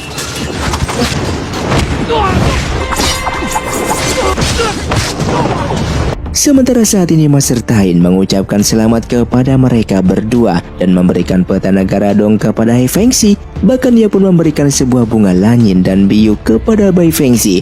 Dan setelah mereka keluar dari sana, Master Tain yang wafat seketika Gunung Wu pun akhirnya hancur. Setelah mereka berpisah, salah satu murid Master Tain pun dihampiri oleh Wu Yuan dengan bertanya apakah Bai Fengxi mendapatkan ajaran Lanyin dan Biu. Namun murid Master Tain yang tidak bisa memberitahu hal itu membuat Wu Yuan pun marah dan langsung mengeluarkan tapak penghancur hati. Yang ternyata Wu Yuan adalah keturunan Qiong Qiong yang merupakan lambang dari 2 monster tersebut. Di sisi lain, saat ini para pendekar masih bertarung dengan pasukan sekte Duanhun. Dan tak lama kemudian datang Hai Fengxi dan Bai Fengxi untuk menolong mereka. Wu Yuan yang melihat mereka bertarung pada akhirnya mengetahui jika ajaran Lanyin dan Biu didapatkan oleh mereka berdua. Setelah pertarungan tersebut, Guru Bai yang sudah terluka, Hai Fengxi pun mengajaknya untuk tinggal di ibu kota Yongzhou dan Guru Bai pun menerima ajakannya itu. Di tempat lain, terlihat pengawal sekte Duanhun memberitahukan jika orang-orang sekte mereka hampir punah. Wu Yuan yang mendengarnya pun tidak peduli karena ia sudah mendapatkan semua buku rahasia dari setiap sekte. Dan tujuannya ke Gunung Wu saat itu adalah untuk mendapatkan ajaran Lanyin dan Biu. Namun tidak disangka ajaran tersebut telah berhasil didapatkan oleh Hai Fengxi dan Bai Fengxi. Oleh karena itu kali ini mereka harus lebih lama tinggal di ibu kota Yongzhou untuk mendapatkan kedua ajaran tersebut. Dengan bersama Hai Fengxi menemui Guru Bai, dan di sini Guru Bai ingin meminta bantuan Pavilion untuk menyelidiki tentang pelasuan Ji palsu. Karena saat ini mendengar pelasuan Ji palsu, ia juga sebelumnya telah menemukan pelasuan Ji palsu yang berbeda. Guru Bai pun memberitahukan jika ia sebenarnya adalah salah satu dari pelindung pelat kekaisaran. Kepergian Guru Bai ke gunung kemarin karena temannya yang juga pelindung pelat kekaisaran memberikan sebuah kabar bahwa dia juga menemukan pelasuan Ji palsu lainnya. Guru Bai pun lalu meminta Hai Fengxi untuk menyelidiki kasus tersebut. Siapa yang telah memanfaatkan pelasuan Ji palsu untuk mengacaukan dunia, dan memintanya untuk tidak memberitahukan masalah ini kepada Bai Fengxi. Di sisi lain, Wu Yuan sudah tahu cara untuk mendapatkan ajaran Lanyin dan Biu, yaitu dengan menunggu Hai Fengxi dan Bai Fengxi bertarung bersama dulu. Setelah itu terlihat Wu Yuan sedang melawan kutukan darah keluarga Yu. Ia yang sudah tidak kuat, pengawal sekte Duanhun pun menghampirinya dengan memberikannya sebuah obat. Wu Yuan yang merasa kutukan darahnya semakin hari semakin kuat, ia pun harus segera mendapatkan ajaran Lanyin dan Biu agar dapat mengendalikan darah kutukan dan memperpanjang usianya. Pengawal sekte Duanhun pun lalu memberikan sebuah informasi penting. Jika orang yang telah ia utus untuk mengawasi Hai Fengxi dan Bai Fengxi menemukan sebuah rahasia jika identitas Hai Fengxi sesungguhnya adalah pangeran kedua dari Yongzhou. Wu Yuan yang mendengarnya pun sangatlah terkejut dan ia pun berencana akan membuat Yongzhou menjadi kacau. Sementara di malam harinya, Feng Kewu yang berada di luar tiba-tiba Wu Yuan menyerang dan membuatnya pingsan karena Wu Yuan akan meminjam tubuhnya untuk mendapatkan ajaran Lanyin dan Biu. Keesokan harinya pangeran kedua pun diberitahu jika Feng Kewu sedang terluka. Pangeran kedua yang sudah memeriksanya merasa jika racun pada Feng Kewu sangatlah aneh. karena menyebabkan yin dan yangnya memiliki menjadi terbalik. Pangeran kedua yang sudah menyegel pembuluh darahnya meminta pelayan untuk menjaganya. Kemudian pangeran kedua pun menemui Bai Fengxi. Ia yang menceritakan tentang keadaan Feng Qiu saat ini. Pangeran kedua memerlukan kekuatan biu milik Bai Fengxi untuk membantunya. Dan pada akhirnya racun tersebut berhasil keluar dari tubuhnya yang akan membuat Feng Qiu akan terbangun beberapa menit lagi. Di sini pangeran kedua merasa heran karena racun Feng Qiu hanya bisa dipecahkan oleh ajaran Lanyin dan Biu. Ia pun merasa jika mereka sedang dalam bahaya. Sehingga pangeran kedua pun meminta Bai Fengxi untuk terus bersamanya selama beberapa hari ini. Jangan berpisah dan harus saling mendukung. Dan Feng Qiu yang tersadar kembali, pangeran kedua dan Bai Fengxi pun datang menemuinya. Di sana terlihat Feng Qiu pun berterima kasih kepada Bai Fengxi dikarenakan telah menolongnya. Feng Qiu yang tidak tahu siapa orang yang mencelakainya, namun ilmu bela diri orang itu sangatlah tinggi dan dia membuat Feng Qiu pingsan hanya dengan satu pukulan.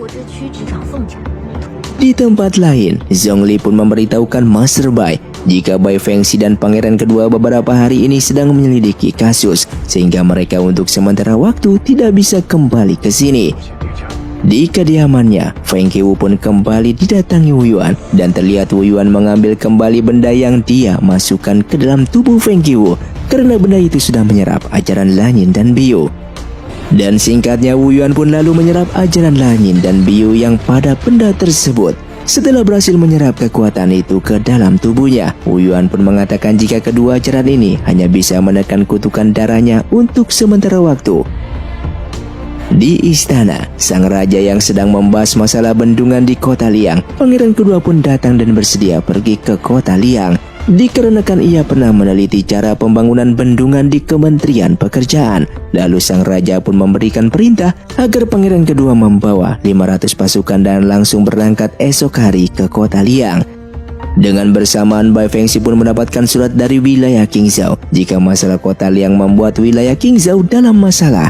Bai Fengxi pun yang meminta izin untuk pergi ke kota Liang. Guru Bai pun mengizinkannya untuk pergi ke sana. Film pun dilanjutkan dengan Bai Fengxi yang datang menghampiri mereka dan ia juga yang akan pergi ke kota Liang sehingga mereka pun akan pergi bersama ke sana. Di dalam perjalanan mereka, terlihat para prajurit yang sudah tidak kuat untuk berjalan dikarenakan tanah lengket akibat hujan. Oleh karena itu, Bai Fengxi pun meminta mereka untuk saling membantu dalam melanjutkan perjalanannya.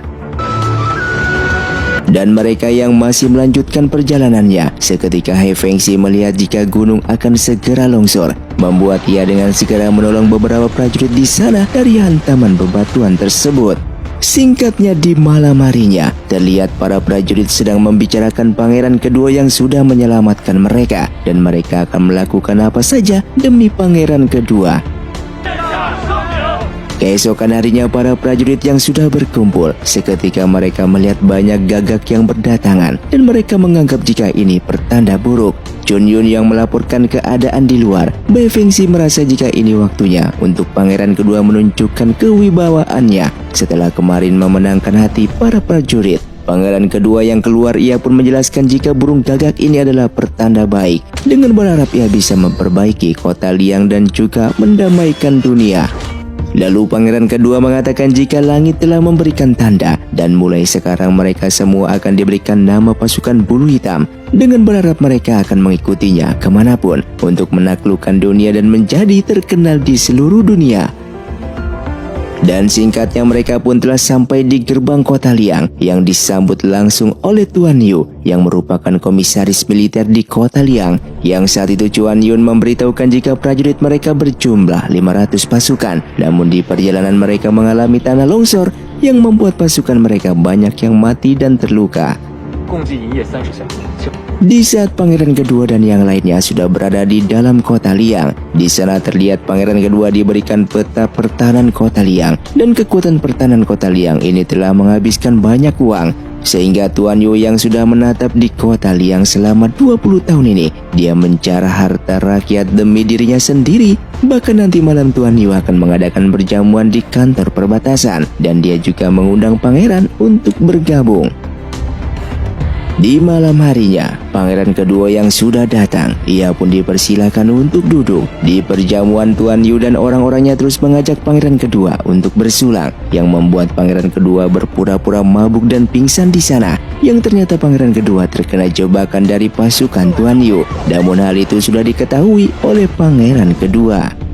Mereka yang sudah tertangkap, ternyata pangeran kedua sebelumnya menekan arak tersebut dengan tenaga dalamnya, sehingga arak itu tidak berdampak kepada tubuhnya. Terlihat Tuan Yu yang berhasil disandra dan Bai Fengxi yang sangat kesal kepadanya, dikarenakan uang untuk kebutuhan militer disalahgunakan untuk kepentingan dirinya sendiri, sehingga para warga di sana sangatlah menderita, yang membuat pedang tersebut harus menebas leher Tuan Yu. Sementara di wilayah Qingzhou, terlihat Bai Fengxi menemui kakak pertamanya yang merupakan pangeran dari Qingzhou bernama Feng Xiu. Bai Fengxi yang sudah menerima surat dari kakaknya datang ke sini bukan untuk membantu kakaknya berperang, melainkan meminta kakaknya untuk berdamai dengan kota Liang. Bai Fengxi pun memberitahukan jika Tuan Yu sudah mati dan sekarang pangeran kedualah dari Yingzhou yang mengurus kota Liang. Pangeran Feng Xiu yang ingin berperang demi mengatasi masalah air. Bai Fengxi memberitahukan jika pangeran kedua punya cara untuk mengatasinya. Keesokan harinya, Pangeran Feng Xiu pun datang ke kota Liang untuk bernegosiasi dengan pangeran kedua. Di sini pangeran kedua memberitahukan jika ia sudah membuat bendungan irigasi. Ia pun memperlihatkan petanya dan pangeran Feng Xiu yang merasa bendungan ini sesuai rencana, maka akan sangat menguntungkan rakyat kota Liang dan rakyat Qingzhou. Karena selain mengatasi bencana air ini bisa juga untuk irigasi pada pertanian.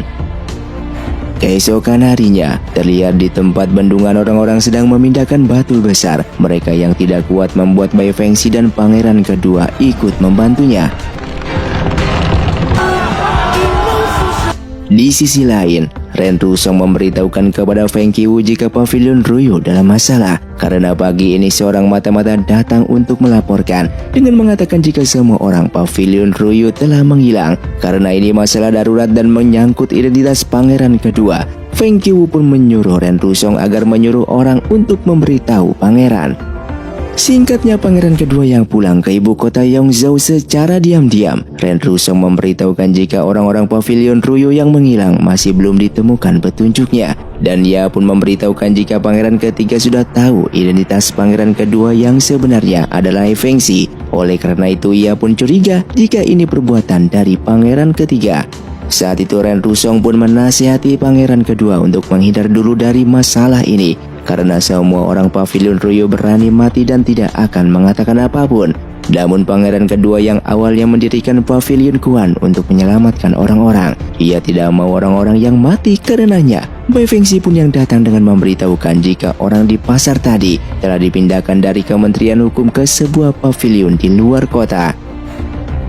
Sementara saat ini Feng Zhu diberitahu jika orang-orang pavilion Ruyu masih belum ada yang mengaku tentang siapakah itu Fengxi. Dan di malam harinya raja yang menyerahkan masalah ini kepada Feng Zhu. Ia akan memaksa Fengxi untuk keluar. Dan jika dalam 3 hari dia tidak keluar, maka para bawahannya akan dibunuh tanpa ampun. Di sini sang raja pun belum mengetahui jika Fengxi merupakan anaknya sendiri, yaitu pangeran kedua. Di sisi lain, Guru Bai yang sudah pergi ke ibu kota negara Dong, ia menemukan sebuah surat rahasia setelah menjebak orang yang telah mengikutinya. Dan pangeran kedua curiga jika masalah ini berkaitan dengan sekte Duan Hun untuk menghancurkan identitasnya.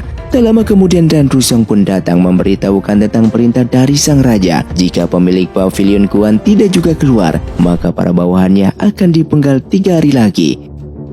Keesokan harinya Guru Bai bersama sekte Tian Xuang pun berencana akan menyelamatkan orang-orang dari pavilion Ruyu.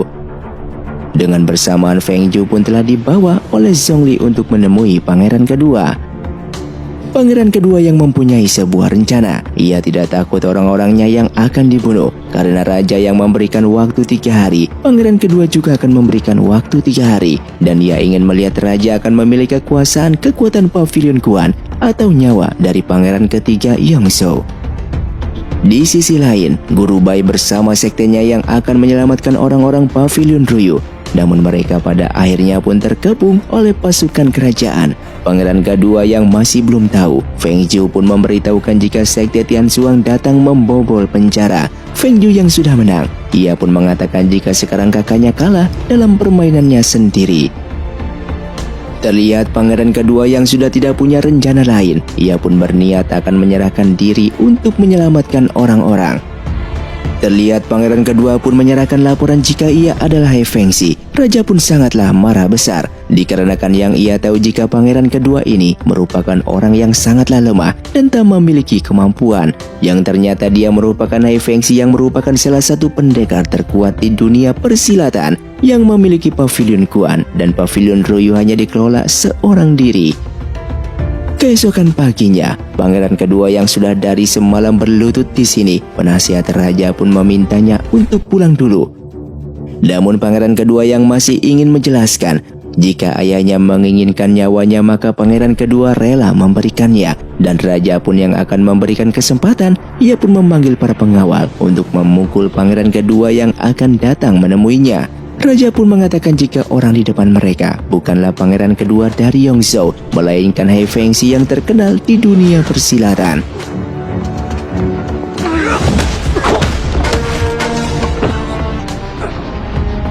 Di sana pangeran kedua pun menjelaskan semuanya jika ia membangun pavilion Kuan untuk melindungi diri dan melindungi banyak orang. Namun raja yang mendengarnya tidak menerima penjelasan pangeran kedua karena menganggap jika pangeran kedua sudah berkhianat dan tidak peduli dengan apa yang dikatakan oleh pangeran kedua. Pangeran kedua pun lalu memberikan buku pavilion Kuan dan pavilion Ruyu karena ia akan menyerahkan kedua pavilion tersebut kepada sang raja. Setelah itu sang raja pun meminta pelayan untuk membawakan arak pemutusan karena ia ingin menghilangkan tenaga dalam dari pangeran kedua agar pangeran kedua kembali menjadi orang yang lemah.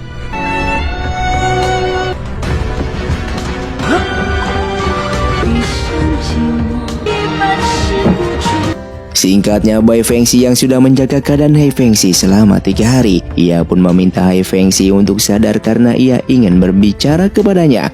Dan pada akhirnya setelah lama menunggu, Hai Fengxi yang tersadar langsung dipeluk oleh Bai Fengxi. Hai Fengxi pun mengatakan jika berpura-pura sakit dan berpura-pura lemah selama bertahun-tahun, dan pada akhirnya tidak disangka akan benar-benar lemah seperti ini. Bai Fengxi yang mendengarnya pun mengatakan jika tenaga dalamnya menghilang bukanlah masalah, karena Hai Fengxi yang selalu menang bukan mengandalkan ilmu bela diri, namun mengandalkan pemikirannya.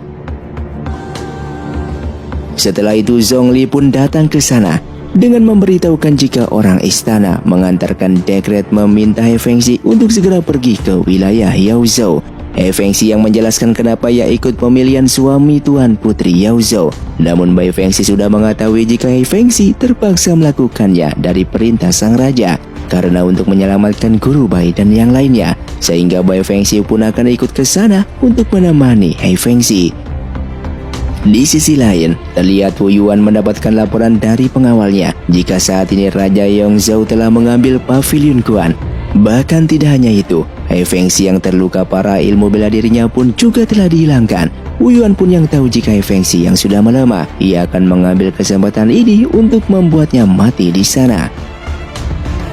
Di dalam perjalanan ke Yaozhou, Bai Fengxi yang merasa diikuti, Hai Fengxi memberitahukan jika ayahnya tidak hanya mengutus orang untuk mengawasinya secara terang-terangan, namun juga mengutus mata-mata untuk mengawasinya. Setelah itu Hai Fengxi pun diberikan buku kandidat dan peraturan dasar pemilihan suami yang telah ditetapkan oleh Yaozhou. Hai Fengxi lalu mengatakan jika ia merasa bahwa ayahnya tidak ingin dirinya menikahi dengan Putri Yaozhou. Namun dikarenakan raja tidak ingin Yaozhou kalah oleh tuan muda prefektur lain yang mengikuti pemilihan suami. Selain itu raja juga ingin melihat apakah Hai Fengxi masih berguna atau tidak setelah ilmu bela dirinya dimusnahkan. Hai Fengxi yang tahu ini adalah ujian dari ayahnya. Ia tahu jika jawaban ujian ini adalah kesetiaan. Hanya dengan menunjukkan ia hebat dan setia, barulah bisa membuat sang ayah menjadi puas. Sehingga Guru Bai dan yang lainnya pun pasti akan dibebaskan. Dikarenakan jika ujian pertamanya adalah bela diri, Bai Fengxi akan mencari cara agar Hai Fengxi bisa lolos dalam ujian ini. Di sisi lain, Bai Fengxi dan Hai Fengxi yang datang memuji Putri Yaozhou. Sang putri pun tahu jika mereka adalah Bai Fengxi dan Hai Fengxi. Bai Fengxi mengatakan jika kedatangannya mereka ke sini untuk melihat pemilihan suami dari Tuan Putri. Namun mereka yang tidak kebagian penginapan, maka dari itu mereka pun langsung menemui Tuan Putri. Dan Tuan Putri yang merasa bersalah, ia pun mengajak mereka berdua untuk tinggal di istananya. 你是在生存。 Keesokan paginya, terlihat Wu Yuan mendapatkan informasi dari pengawalnya jika saat ini He Fengxi sudah keluar dari istana, dan Wu Yuan pun lalu memintanya untuk segera bertindak. He Fengxi yang berada di luar tiba-tiba langsung diserang oleh pasukan dari Sekte Duanhun. Sekte Duanhun yang mengetahui jika He Fengxi kehilangan tenaga dalamnya, namun ternyata He Fengxi pernah belajar teknik bertarung di medan peperangan. Di sini He Fengxi yang terluka, ia pun berterima kasih kepada Bai Fengxi karena jika dia tidak ada mungkin He Fengxi sudah mati. He Fengxi memberitahukan jika orang yang terakhir melawan Bai Fengxi tenaga dalamnya seperti ajaran Lanyin dan Biyu, dan mereka pun merasa heran dikarenakan seharusnya hanya mereka berdua lah yang memiliki ajaran tersebut. Singkatnya, keesokan harinya seleksi pemilihan suami akan segera dimulai. Para peserta yang sedang di absen terlihat hanya pangeran kedua lah dari Yongzhou yang masih belum datang. Dan ketika pangeran datang, sang putri pun sangatlah terkejut karena ternyata pangeran kedua dari Yongzhou merupakan He Fengxi. Dan terlihat semua peserta pun mengikuti ujian pertamanya dalam melewati danau di sana. Mereka yang lolos, setelah itu raja akan memberikan ujian permainan tiada hasil dan pemenang akhir akan langsung menjadi menantunya. Kedua peserta yang mendengar ujian tersebut langsung mengundurkan diri, sehingga peserta saat ini hanya Huang Zhou dan He Fengxi yang langsung memainkan permainannya. Sementara di dalam penjara, Guru Bai diberitahu oleh seorang prajurit dengan mengatakan jika hari ini mereka akan memberontak. Yang ternyata prajurit itu bukan mata-mata dari pangeran kedua, melainkan merupakan seruan dari Feng Zhu dengan berencana akan memfitnah He Fengxi yang telah menyuruh orang untuk mengeluarkan Sekte Tian Xuang dari penjara. Sementara itu orang-orang Feng Zhu yang sudah bergerak, mereka pun meminta orang-orang dari Sekte Tian Xuang untuk segera pergi dari sini. Di sisi lain, Master Bai yang sudah mengganti pakaian diminta untuk menunggu karena He Fengxi akan menjemputnya. Namun tiba-tiba pangeran pertama datang memberitahukan jika Master Bai sudah dijebak karena orang tadi adalah orang kediaman dari pangeran ketiga. Dia ingin memancing Sekte Tian Xuang keluar dari penjara agar He Fengxi disalahkan. Dan Feng Chang pun lalu meminta Master Bai dan lainnya untuk kembali ke penjara karena He Fengxi akan segera pulang. Di sini Zhongli pun berterima kasih dan Feng Chang pun mengatakan jika perhitungan He Fengxi tidak pernah salah. Dia yang tahu jika Peng Zhu akan mengacau. He Fengxi meminta Feng Chang untuk membantunya. Sementara itu di kota Yaozhou, dengan melihat permainan yang masih sangat sengit, Huang Zhou yang masih terus menyerang dan He Fengxi terus bertahan agar bisa melancarkan serangan yang lebih baik. Huang Zhou pun mengatakan jika bermain catur dengan He Fengxi membuatnya mengerti banyak hal. Tidak peduli siapa yang menang, tapi dalam permainan ini kemungkinan dirinya akan menang dalam perebutan dunia kelak. He Fengxi pun yang mengatakan jika dunia pada akhirnya tetap milik rakyat, siapapun dari mereka yang akan memimpin dunia, asalkan rakyat tetap tidak akan menderita. Huang Zhou yang ingin menyelesaikan catur ini dengan He Fengxi, namun burung pesan dari Zhongli yang telah memberikan sebuah kabar. He Fengxi pun mengaku kalah dalam permainan catur ini. Di sebuah tempat, He Fengxi pun memberitahukan jika raja akan membebaskan Sekte Tian Xuang setelah mendapatkan kabar hari ini. He Fengxi pun yang mendekati Bai Fengxi, ada beberapa kata yang sudah lama dia pikirkan. Lalu ia pun menyatakan perasaannya kepada Bai Fengxi. Singkatnya di ibu kota Yongzhou, sang raja pun diberikan kabar jika sang putri Yaozhou memilih pangeran Huang Zhou dari Jizhou dan mereka akan mengadakan pesta pernikahan dalam waktu dekat. Sang raja yang tahu He Fengxi melepaskan kesempatan untuk menikahi Tuan Putri Yaozhou. Sepertinya perkataan tentang mendirikan pavilion Kuan demi melindungi diri memang bisa dipercayai. Karena sebelumnya raja yang curiga langsung mendirikan pavilion Kuan untuk memberontak. Sehingga raja pun memujinya dengan memberikan kesempatan untuk dia menikahi seorang putri Yaozhou agar dapat membantunya menyerang Yongzhou. Namun ternyata He Fengxi tidak melakukannya. Oleh karena itu raja pun meminta penasihat agar menyampaikan titanya pada sang menteri untuk membebaskan orang-orang dari Sekte Tian Xuang. Di sisi lain, Zhongli pun memberikan surat dari utusan He Fengxi. Dan He Fengxi yang akan pergi meminta Ren Rusong yang sudah tua untuk pensiun dan tinggal di kota Liang yang sudah nyaman. Zhongli pun meminta maaf atas nama He Fengxi karena telah memintanya untuk pensiun. Dan Rusong yang tahu pangeran pertama sudah mundur dari perebutan posisi penerus, namun He Fengxi yang merupakan pangeran kedua malah ingin pergi dari Yongzhou. Singkatnya, saat ini Bai Fengxi membawa He Fengxi kembali ke sekte Tianshuang, yang saat ini He Fengxi lebih memilih bebas untuk menjadi pendekar berkelana dibandingkan ia ingin menjadi penerus dari Raja Yongzhou. Di tempat lain, Ren Rusong yang sudah pensiun ia akan tinggal di kota Liang, namun sebelum pergi Feng Qiwu pun mengajaknya untuk bersulang dulu. Sementara saat ini sang raja merelakan He Fengxi pergi dari ibu kota Yongzhou karena putra keduanya itu sudah membuatnya pusing. Dia yang sudah menyerahkan semuanya pada sang raja, ia pun mengizinkannya berkelana di dunia persilatan. Di malam harinya, Guru Bai meminta Bai Fengxi menemuinya dikarenakan sebentar lagi ia akan pensiun, dan Guru Bai menginginkan Bai Fengxi untuk menjadi ketua sekte selanjutnya. Namun Bai Fengxi pun menyarankan agar Lang Hua saja yang menjadi ketua sekte dan Jiurong menjadi wakilnya. Di hari pensiunnya Guru Bai, semua orang pun datang menunggu Guru Bai yang belum datang. Namun tak lama kemudian datanglah Lang Hua yang menangis dan langsung mengarahkan pedangnya kepada Bai Fengxi. Guru Bai yang sudah meninggal menyalahkan Bai Fengxi atas kejadian ini karena malam Bai Fengxi lah yang terakhir menemui ayahnya. Bai Fengxi yang akan melihat gurunya, namun Lang Hua mencegahnya dengan mengatakan jika ayahnya diracun karena tangannya mengering dan keriput. He Fengxi yang mengatakan jika kematian Guru Bai tidak sederhana. Orang-orang pun lalu menuduh He Fengxi sebagai pelakunya dan para pendekar langsung menyerangnya. Bai Fengxi yang diserang oleh Lang Hua membuatnya terluka parah dan mereka bertiga pun dengan segera pergi dari sana. Di malam harinya, di saat mereka berada di sebuah kuil, terlihat Bai Fengxi yang sekarat membuat He Fengxi meminta pengawalnya untuk mencarikan tabib. Bai Fengxi yang sudah tidak sadarkan diri, seketika He Fengxi mengingat bunga langit dan biu. Master Tain yang pernah mengatakan jika bunga ini bisa dipakai di saat orang tersebut tak sadarkan diri.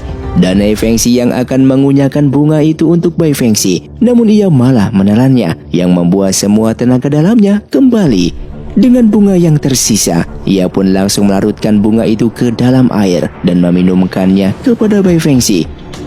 Dan singkatnya keesokan harinya, terlihat Bai Fengxi pun berhasil diselamatkan, dan He Fengxi yang melihatnya pun kembali tersadar pun sangatlah senang. Di sana He Fengxi pun memberitahukan jika bunga langit dan biulah yang telah memperbaiki luka Bai Fengxi. Bahkan tidak hanya itu, bunga tersebut pun tak sengaja ia telan yang membuat tenaga dalamnya dan kekuatannya telah kembali. Bai Fengxi yang tidak tahu penyebab gurunya mati. He Fengxi yang pernah mengatakan jika kematian Guru Bai yang tidak sederhana, karena ternyata kematian Guru Bai sama seperti ibu He Fengxi, yaitu setelah mereka meninggal kulit di tangannya menjadi kering dan berkeriput. Sepertinya mereka dibunuh dengan racun yang sama. Dan He Fengxi pun merasa jika kematian Guru Bai ada hubungannya dengan pelat Xuanji.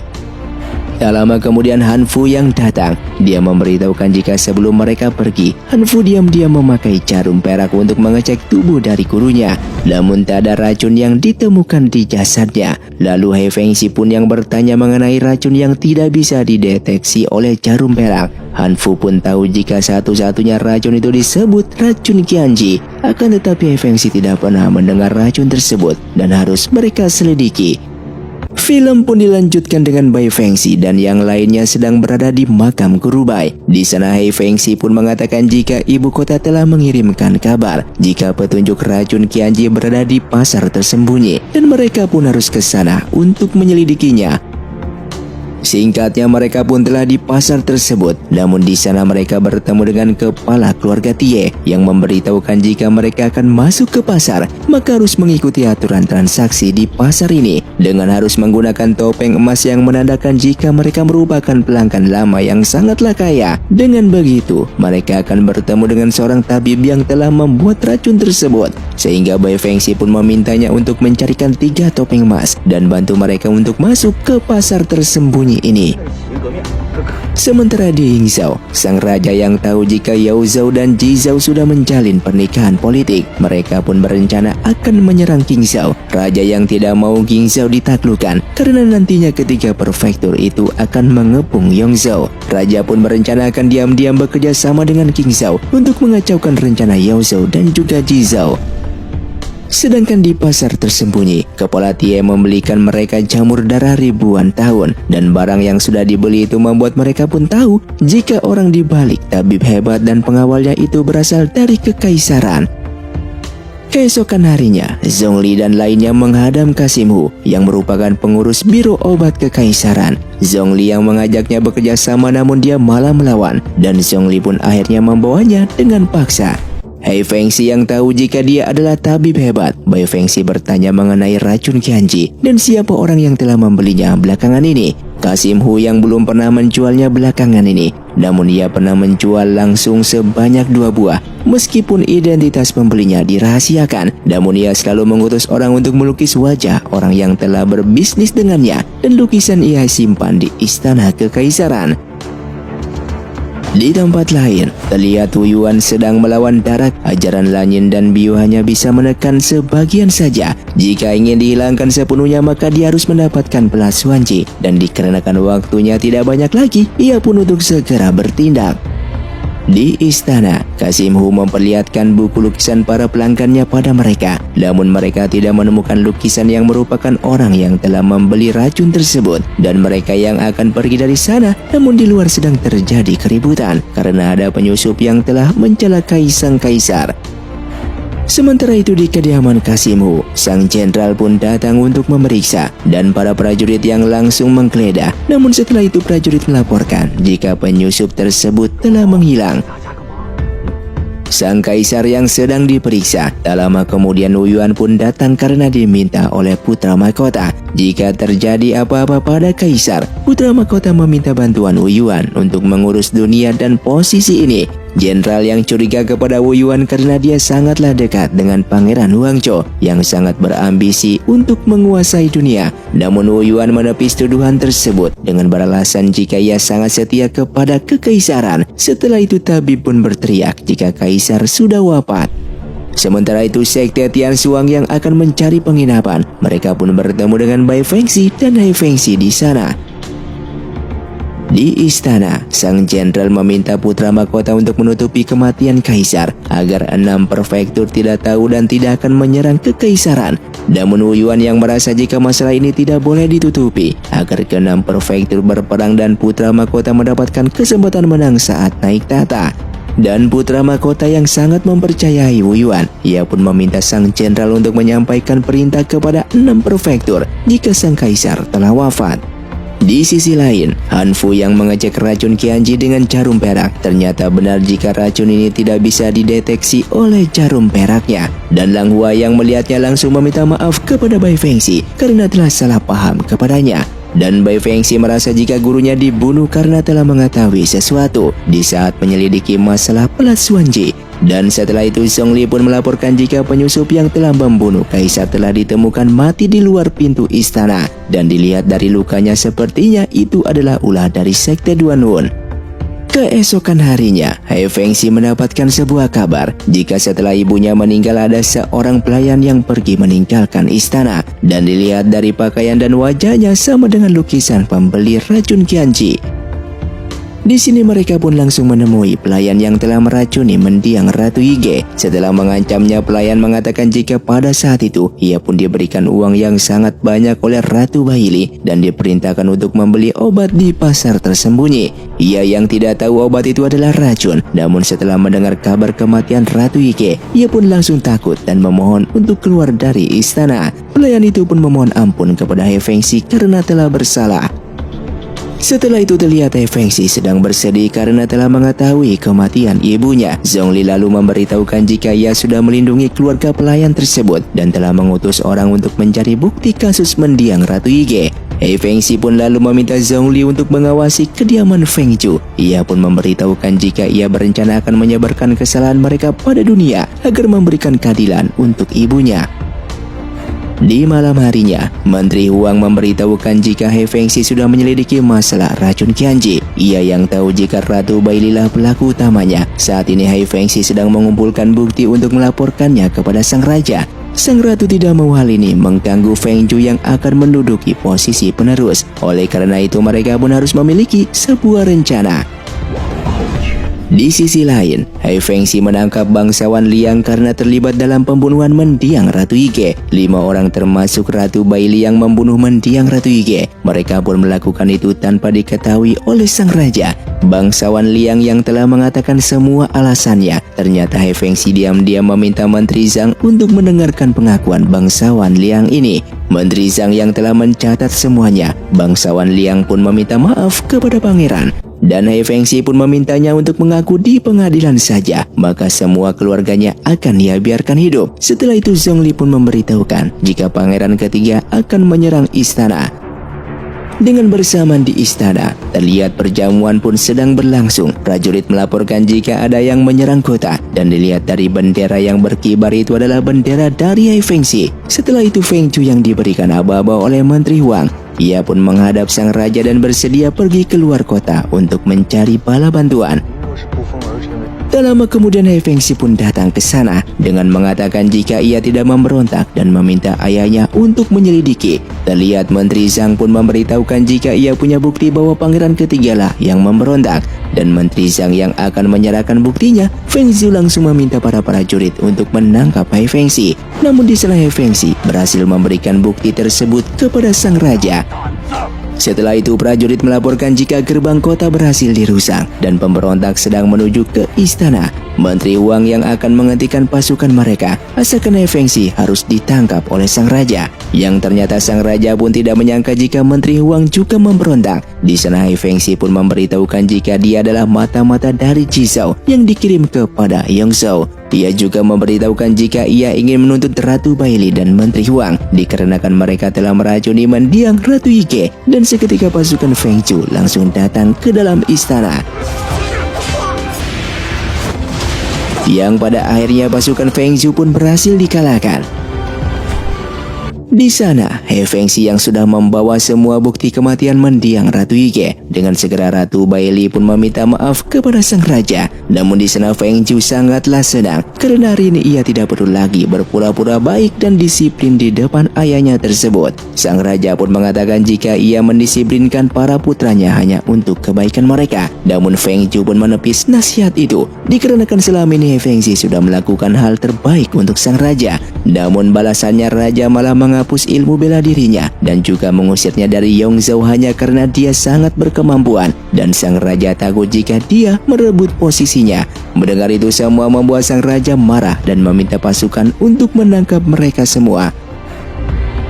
Keesokan harinya, Ratu Bailey yang sedang penasihat raja membawa titah dari raja. Namun titah itu ternyata adalah hukuman agar Ratu Bailey bunuh diri. Dan Feng Zhu juga diturunkan jabatannya menjadi rakyat jelata. Setelah itu Feng Zhu yang datang menemui ibunya. Dan ia melihat kenyataan jika ibunya telah mati gantung diri. Sementara itu He Fengxi pun datang menemui sang raja. Di sana sang raja yang bersalah atas kematian mendiang Ratu Yige. Bahkan ia pun kurang perhatian terhadap He Fengxi. Setelah itu penasihat raja melaporkan jika Ratu Bailey sudah dimakamkan. Singkatnya di istana, sang raja mengangkat He Fengxi sebagai penerus Yongzhou dengan berharap jika He Fengxi bisa membangkitkan dan bertanggung jawab untuk melindungi rakyat Yongzhou. Di altar mendiang Ratu Yige yang merupakan ibunya, di sana terlihat He Fengxi memperkenalkan Bai Fengxi kepada mendiang ibunya sebagai orang yang ia ingin didampingi seumur hidup dan ia akan memikirkan langkah berikutnya untuk menikahi Bai Fengxi. Di sisi lain, utusan dari King Zhao memberitahukan jika sekarang King Zhao akan menghadapi serangan pasukan Yao Zhou dan raja yang sedang sakit parah membuat pangeran mengutusnya untuk meminta Tuan Putri segera pulang.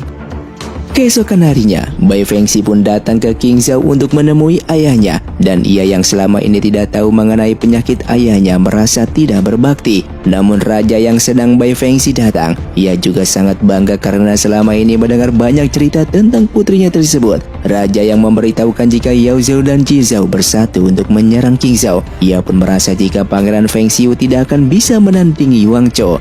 Namun Bai Fengxi yang sudah pulang, ia akan membantu kakaknya tersebut untuk melindungi King Zhao. Kemudian Bai Fengxi yang datang menemui kakaknya itu, ia sudah memeriksa ayahnya dan tahu jika waktu ayahnya tidak akan lama lagi. Dan Pangeran Fengxiu pun memberitahukan jika ayahnya sudah sakit sejak 1 tahun yang lalu. Dan Bai Fengxi yang akan membawa pasukan untuk berperang. Namun kakaknya meminta Bai Fengxi untuk menjaga ayah dan mengurus urusan dalam istana saja, dan membiarkan kakaknya tersebut untuk memimpin di medan perang. Setelah itu Bai Fengxi pun pergi ke altar mendiang ibunya. Di sana ia pun menceritakan kejadian yang terjadi di King Zhao sekarang ini, dan ia juga menceritakan tentang Hai Fengxi kepada mendiang ibunya. Di sini Bai Fengxi yang sedang mengurusi urusan istana, sementara itu kakaknya sudah berada di medan peperangan. Di malam harinya, terlihat Fengxiu dan para jenderal sedang menyusun strategi, dan seketika prajurit melaporkan jika pasukan Yao Zhao menyerang 500 meter lebih dari gerbang. Pangeran Fengxiu yang meminta para jenderal untuk mengerahkan seluruh tenaganya. Keesokan harinya Fengxiu pun diberitahukan jika ada 20.000 pasukan Yao Zhao yang datang menyerang. Pasukan depan yang tidak bisa menahannya, Fengxiu pun meminta pasukannya untuk maju bersama. Sementara itu terlihat Wu Yuan meminta pengawal sekte Duanhunnya untuk bersiap membunuh Fengxiu dengan anak panahnya.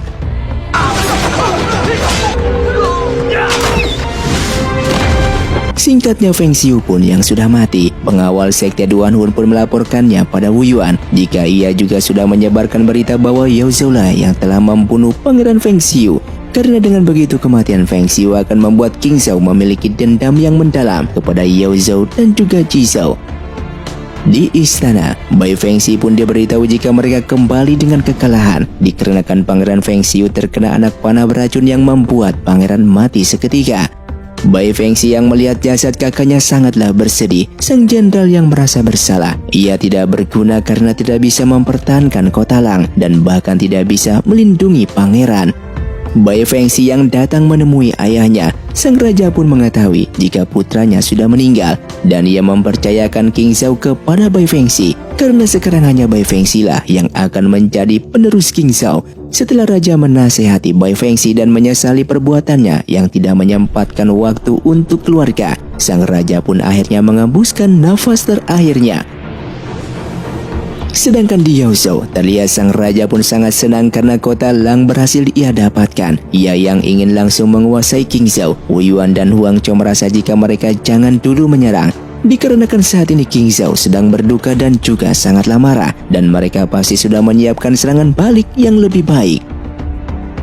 Sementara di King Zhao, terlihat Bai Fengxi yang sudah berdiri di sini seharian. Seketika Hai Fengxi pun datang dan memintanya untuk makan dan juga minum.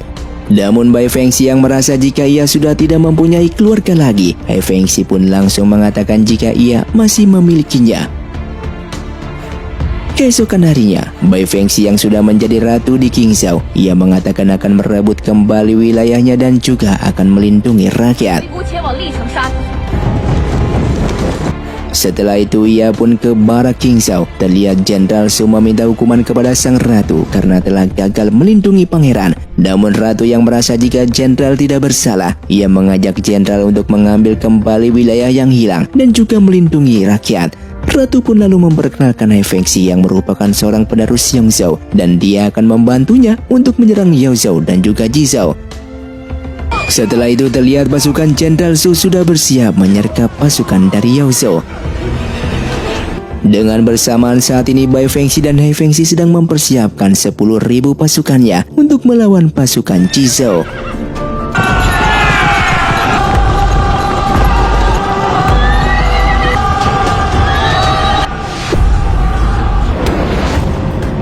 Di malam harinya, Raja Yao Zhao mendapatkan laporan jika 30.000 pasukannya telah mati. Ia pun sangat marah karena dalam sehari 30.000 pasukannya bisa mati. Dan keesokan harinya peperangan pun dilanjutkan.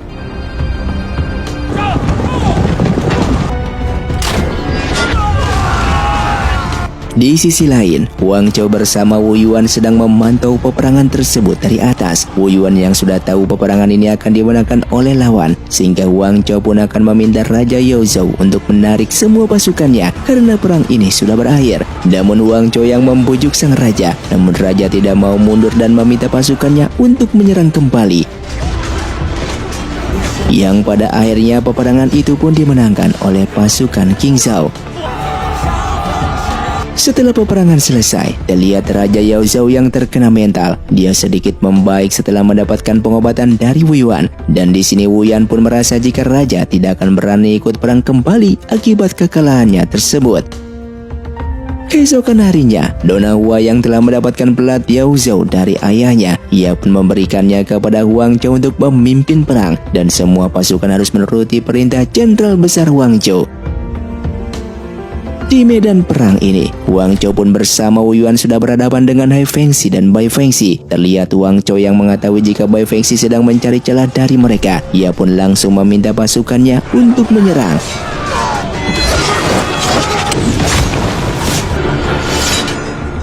Dan singkatnya mereka pun kembali memenangkan peperangan tersebut, dan pasukan mereka hanya gugur 100 orang lebih. Dan tak lama kemudian sang jenderal pun melaporkan jika kota Yan diterobos oleh 100.000 pasukan elit musuh, sehingga mereka pun meminta sang jenderal untuk ikut bersama Pangeran Hai Fengxi ke kota Liang membawa sekelompok pasukan, dan meminta kedua jenderal lainnya agar menyiapkan pasukan untuk berperang. Di sana Hai Fengxi jika ia dan pasukan bulu hitamnya pasti akan telat untuk datang, dan meminta Bai Fengxi untuk berjanji jangan membahayakan dirinya.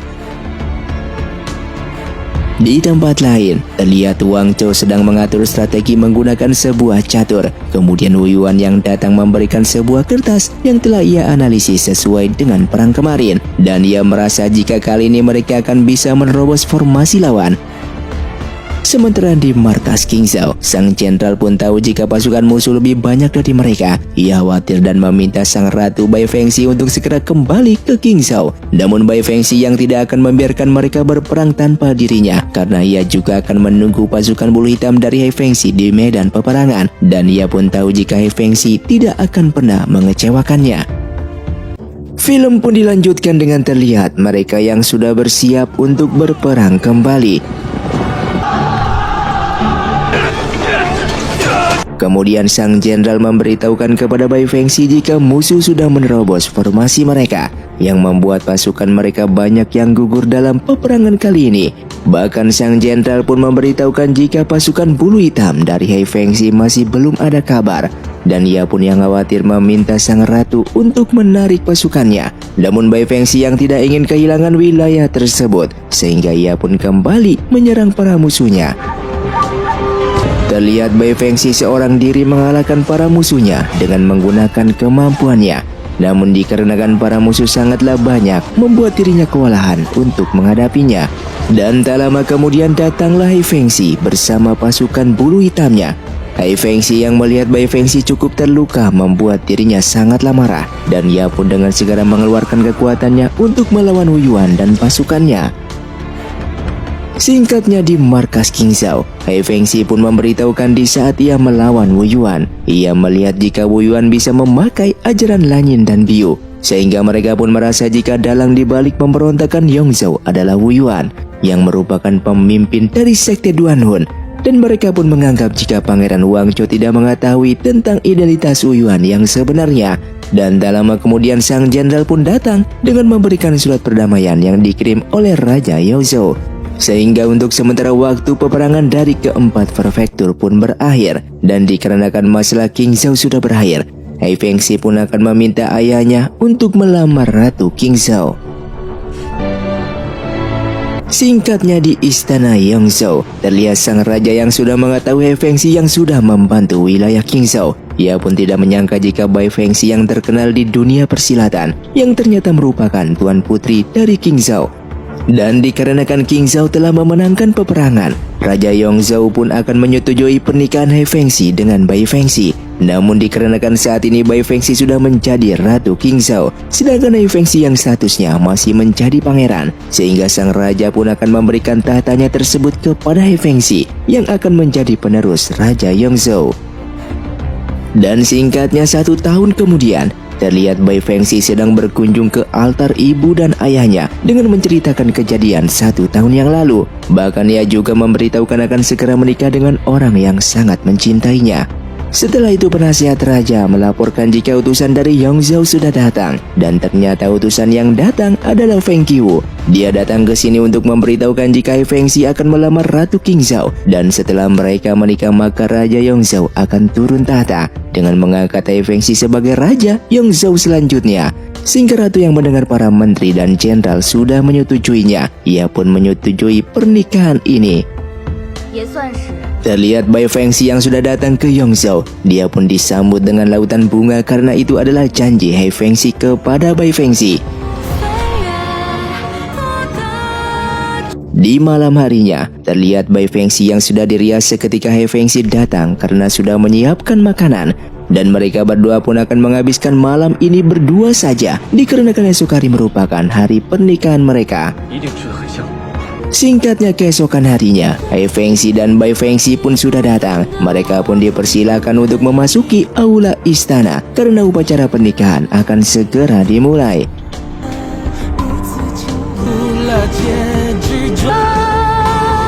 Setelah selesai, raja pun memberikan hadiah kepada mereka dan berharap mereka bisa saling mencintai hingga sampai tua.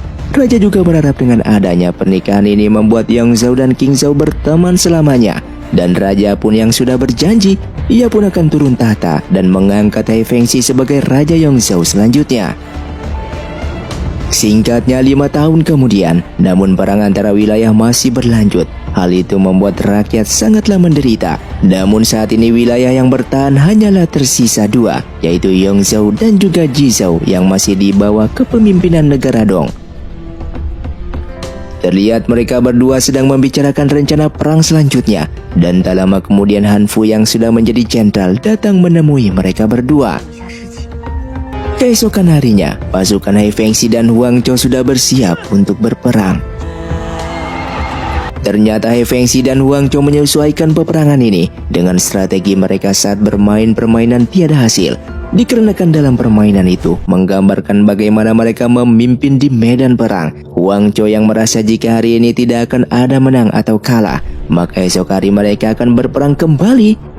Di malam harinya, Bai Fengxi pun merasakan keanehan kepada para pasukan musuh yang seharusnya Yongzhou menang dalam pertarungan ini dikarenakan pasukannya lebih banyak daripada musuh. Namun ketika selesai perang justru pasukannya banyak yang mati. Tidak hanya itu, Bai Fengxi pun melihat jika pasukan musuh seketika bisa memulihkan lukanya dengan sangat cepat. Dan Han Fu mencurigai jika musuh memiliki resep rahasia obat dari keluarga Han. Bai Fengxi pun merasa dalang di balik ini semua adalah ulah dari Wu Yuan yang merupakan pemimpin sekte Duan Hun yang sebelumnya memiliki buku rahasia dari setiap sekte. Han Fu yang mendengar pelaku pembunuhan keluarganya adalah Wu Yuan membuatnya ingin balas dendam. Di markas Yongzhou, terlihat Hai Fengxi yang sudah menjadi Raja Yongzhou. Ia pun mendapatkan sebuah kabar jika pasukan mereka yang berada di Gunung Lawing diserang oleh pasukan musuh yang sangat kuat dan bahkan bukan dari prajurit kekaisaran. Sehingga sang jenderal meminta sang raja untuk mengirimkan bala bantuan karena Ratu Bai Fengxi sedang berjuang mati-matian untuk mempertahankan Gunung Lawing. Di sisi lain, terlihat Wu Yuan datang ke kaisaran untuk menemui putra mahkota negara Dong yang saat ini sudah menjadi kaisar. Kedatangannya ini untuk mengkudeta dan memberitahukan jika ia merupakan pelaku di balik kekacauan ini. Bahkan ia yang sudah memiliki Plus Wanji membuat darah kutukannya yang berada di tubuhnya hilang seketika. Dan hal tersebut membuat sang kaisar pun menyadari jika Wu Yuan merupakan orang yang telah membunuh ayahnya. Keesokan harinya, di saat Hai Fengxi masih dalam perjalanan, ia pun merasa jika di sekitaran ini ada sebuah jebakan dan pasukan musuh yang keluar membuat Hai Fengxi pun meminta pasukannya untuk menyerang. Dengan bersamaan terlihat Bai Fengxi sedang bertarung dengan pasukan negara Dong.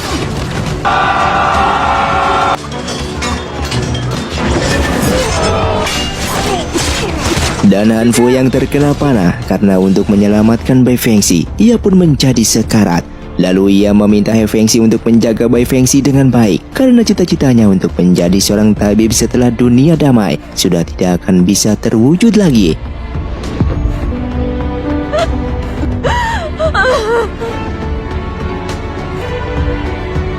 Singkatnya, Han Fu yang sudah dimakamkan, Hai Fengxi pun meminta Bai Fengxi untuk jangan terus bersedih, dikarenakan Han Fu pasti tidak ingin melihat Bai Fengxi seperti ini.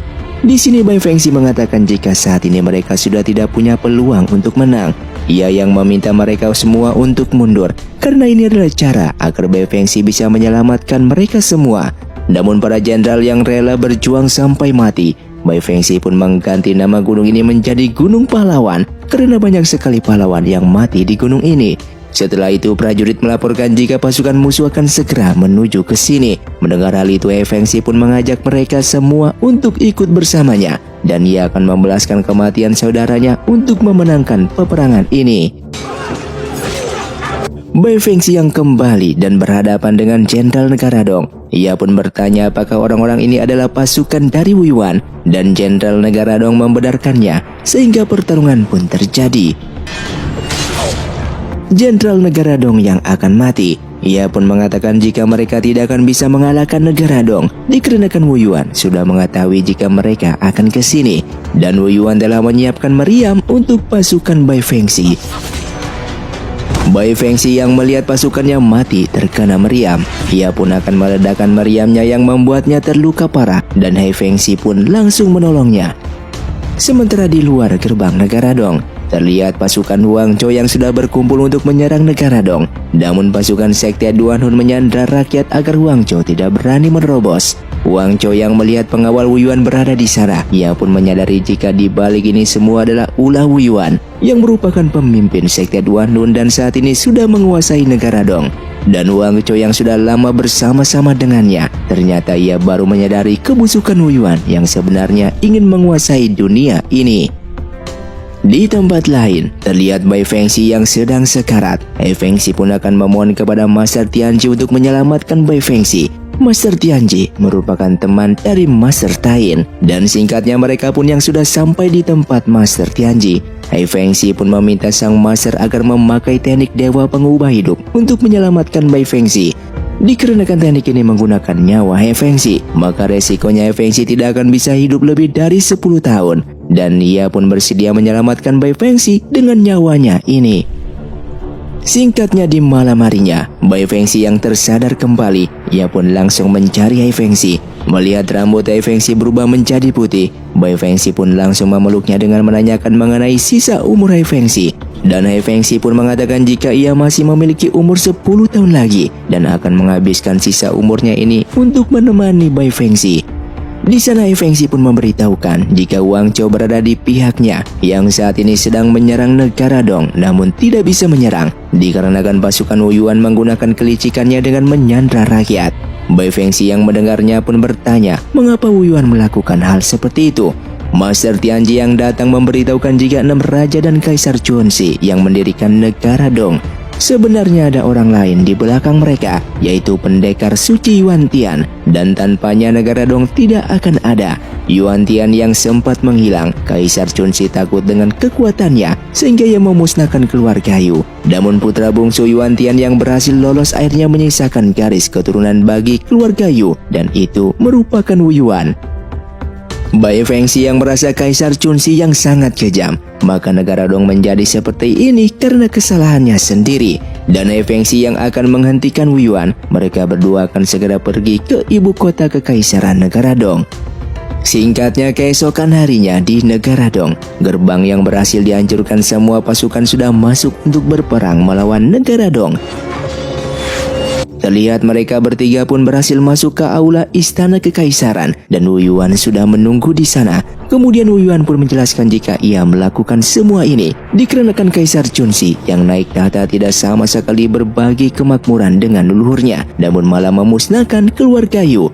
Dengan perdebatan yang cukup lama, pada akhirnya Huang Zhou pun menyadari jika adiknya mati dibunuh oleh Wu Yuan. Bahkan penyebaran kelas Wanji, kematian Guru Bai yang misterius, dan para sekte yang tiba-tiba dibantai oleh Sekte Duan Hun, yang ternyata dalang di balik ini semua adalah Wu Yuan, sehingga pertarungan pun terjadi di sana. Di dalam pertarungan tersebut, terlihat Wu Yuan lebih unggul dari mereka bertiga, dikarenakan Wu Yuan memiliki kekuatan ajaran Lanyin dan Biu. Oleh karena itu, Bai Fengxi dan Hai Fengxi harus menghubungkan pikiran mereka satu sama lain agar kekuatan ajaran Lanyin dan Biu mereka bisa ke tingkat tertinggi untuk mengalahkan Wu Yuan. yang pada akhirnya mereka berdua pun berhasil menguasai Lanyin dan Biu ke tingkat tertinggi yang membuat Wu Yuan pun kalah seketika. Setelah itu mereka pun menemui sang kaisar negara Dong. Ia yang mengetahui jika dirinya tidak berguna untuk menjadi kaisar negara Dong, maka ia pun memberikan tata kekaisaran tersebut kepada He Fengxi dan Bai Fengxi. Di saat mereka akan berpisah, terlihat Wang Chou memberikan nasihat kepada He Fengxi untuk memakmurkan rakyat dan menjaga perdamaian rakyat seperti apa yang ia citakan. Namun nasihat itu ditepis oleh He Fengxi dikarenakan orang yang sangat pantas untuk menerima hadiah ini tak lain adalah Wang Chou. Dikarenakan saat ini He Fengxi tidak memiliki cukup umur yang panjang untuk membangun dan memakmurkan rakyat dengan sisa usianya 10 tahun lagi. Ia hanya ingin menghabiskan waktunya ini hanya untuk bersama Bai Fengxi seorang. Setelah itu mereka berdua pun mengumpulkan pasukan Yang Zhou dengan memberitahukan jika mereka berdua akan kembali ke dunia persilatan. Oleh karena itu mereka berdua mempercayakan Feng Qiu dan Yuan sebagai pemimpin pasukan saat ini. Dan singkatnya beberapa bulan kemudian, terlihat mereka berdua yang bahagia bersama sedang melakukan aktivitas layaknya seperti warga biasa, dengan menghabiskan waktu bersama-sama untuk menjalani kehidupan saat ini. Dan film pun tamat. Terima kasih untuk kalian yang sudah mengikuti dan menonton film ini dari awal hingga akhir. Kalian sangatlah luar biasa. Buat kalian yang mau request film selanjutnya silahkan komentar di bawah ini. Sampai jumpa di video selanjutnya. Saya pamit ulang dari Ningali Film. Si Otong undur diri dan salam Sundaners.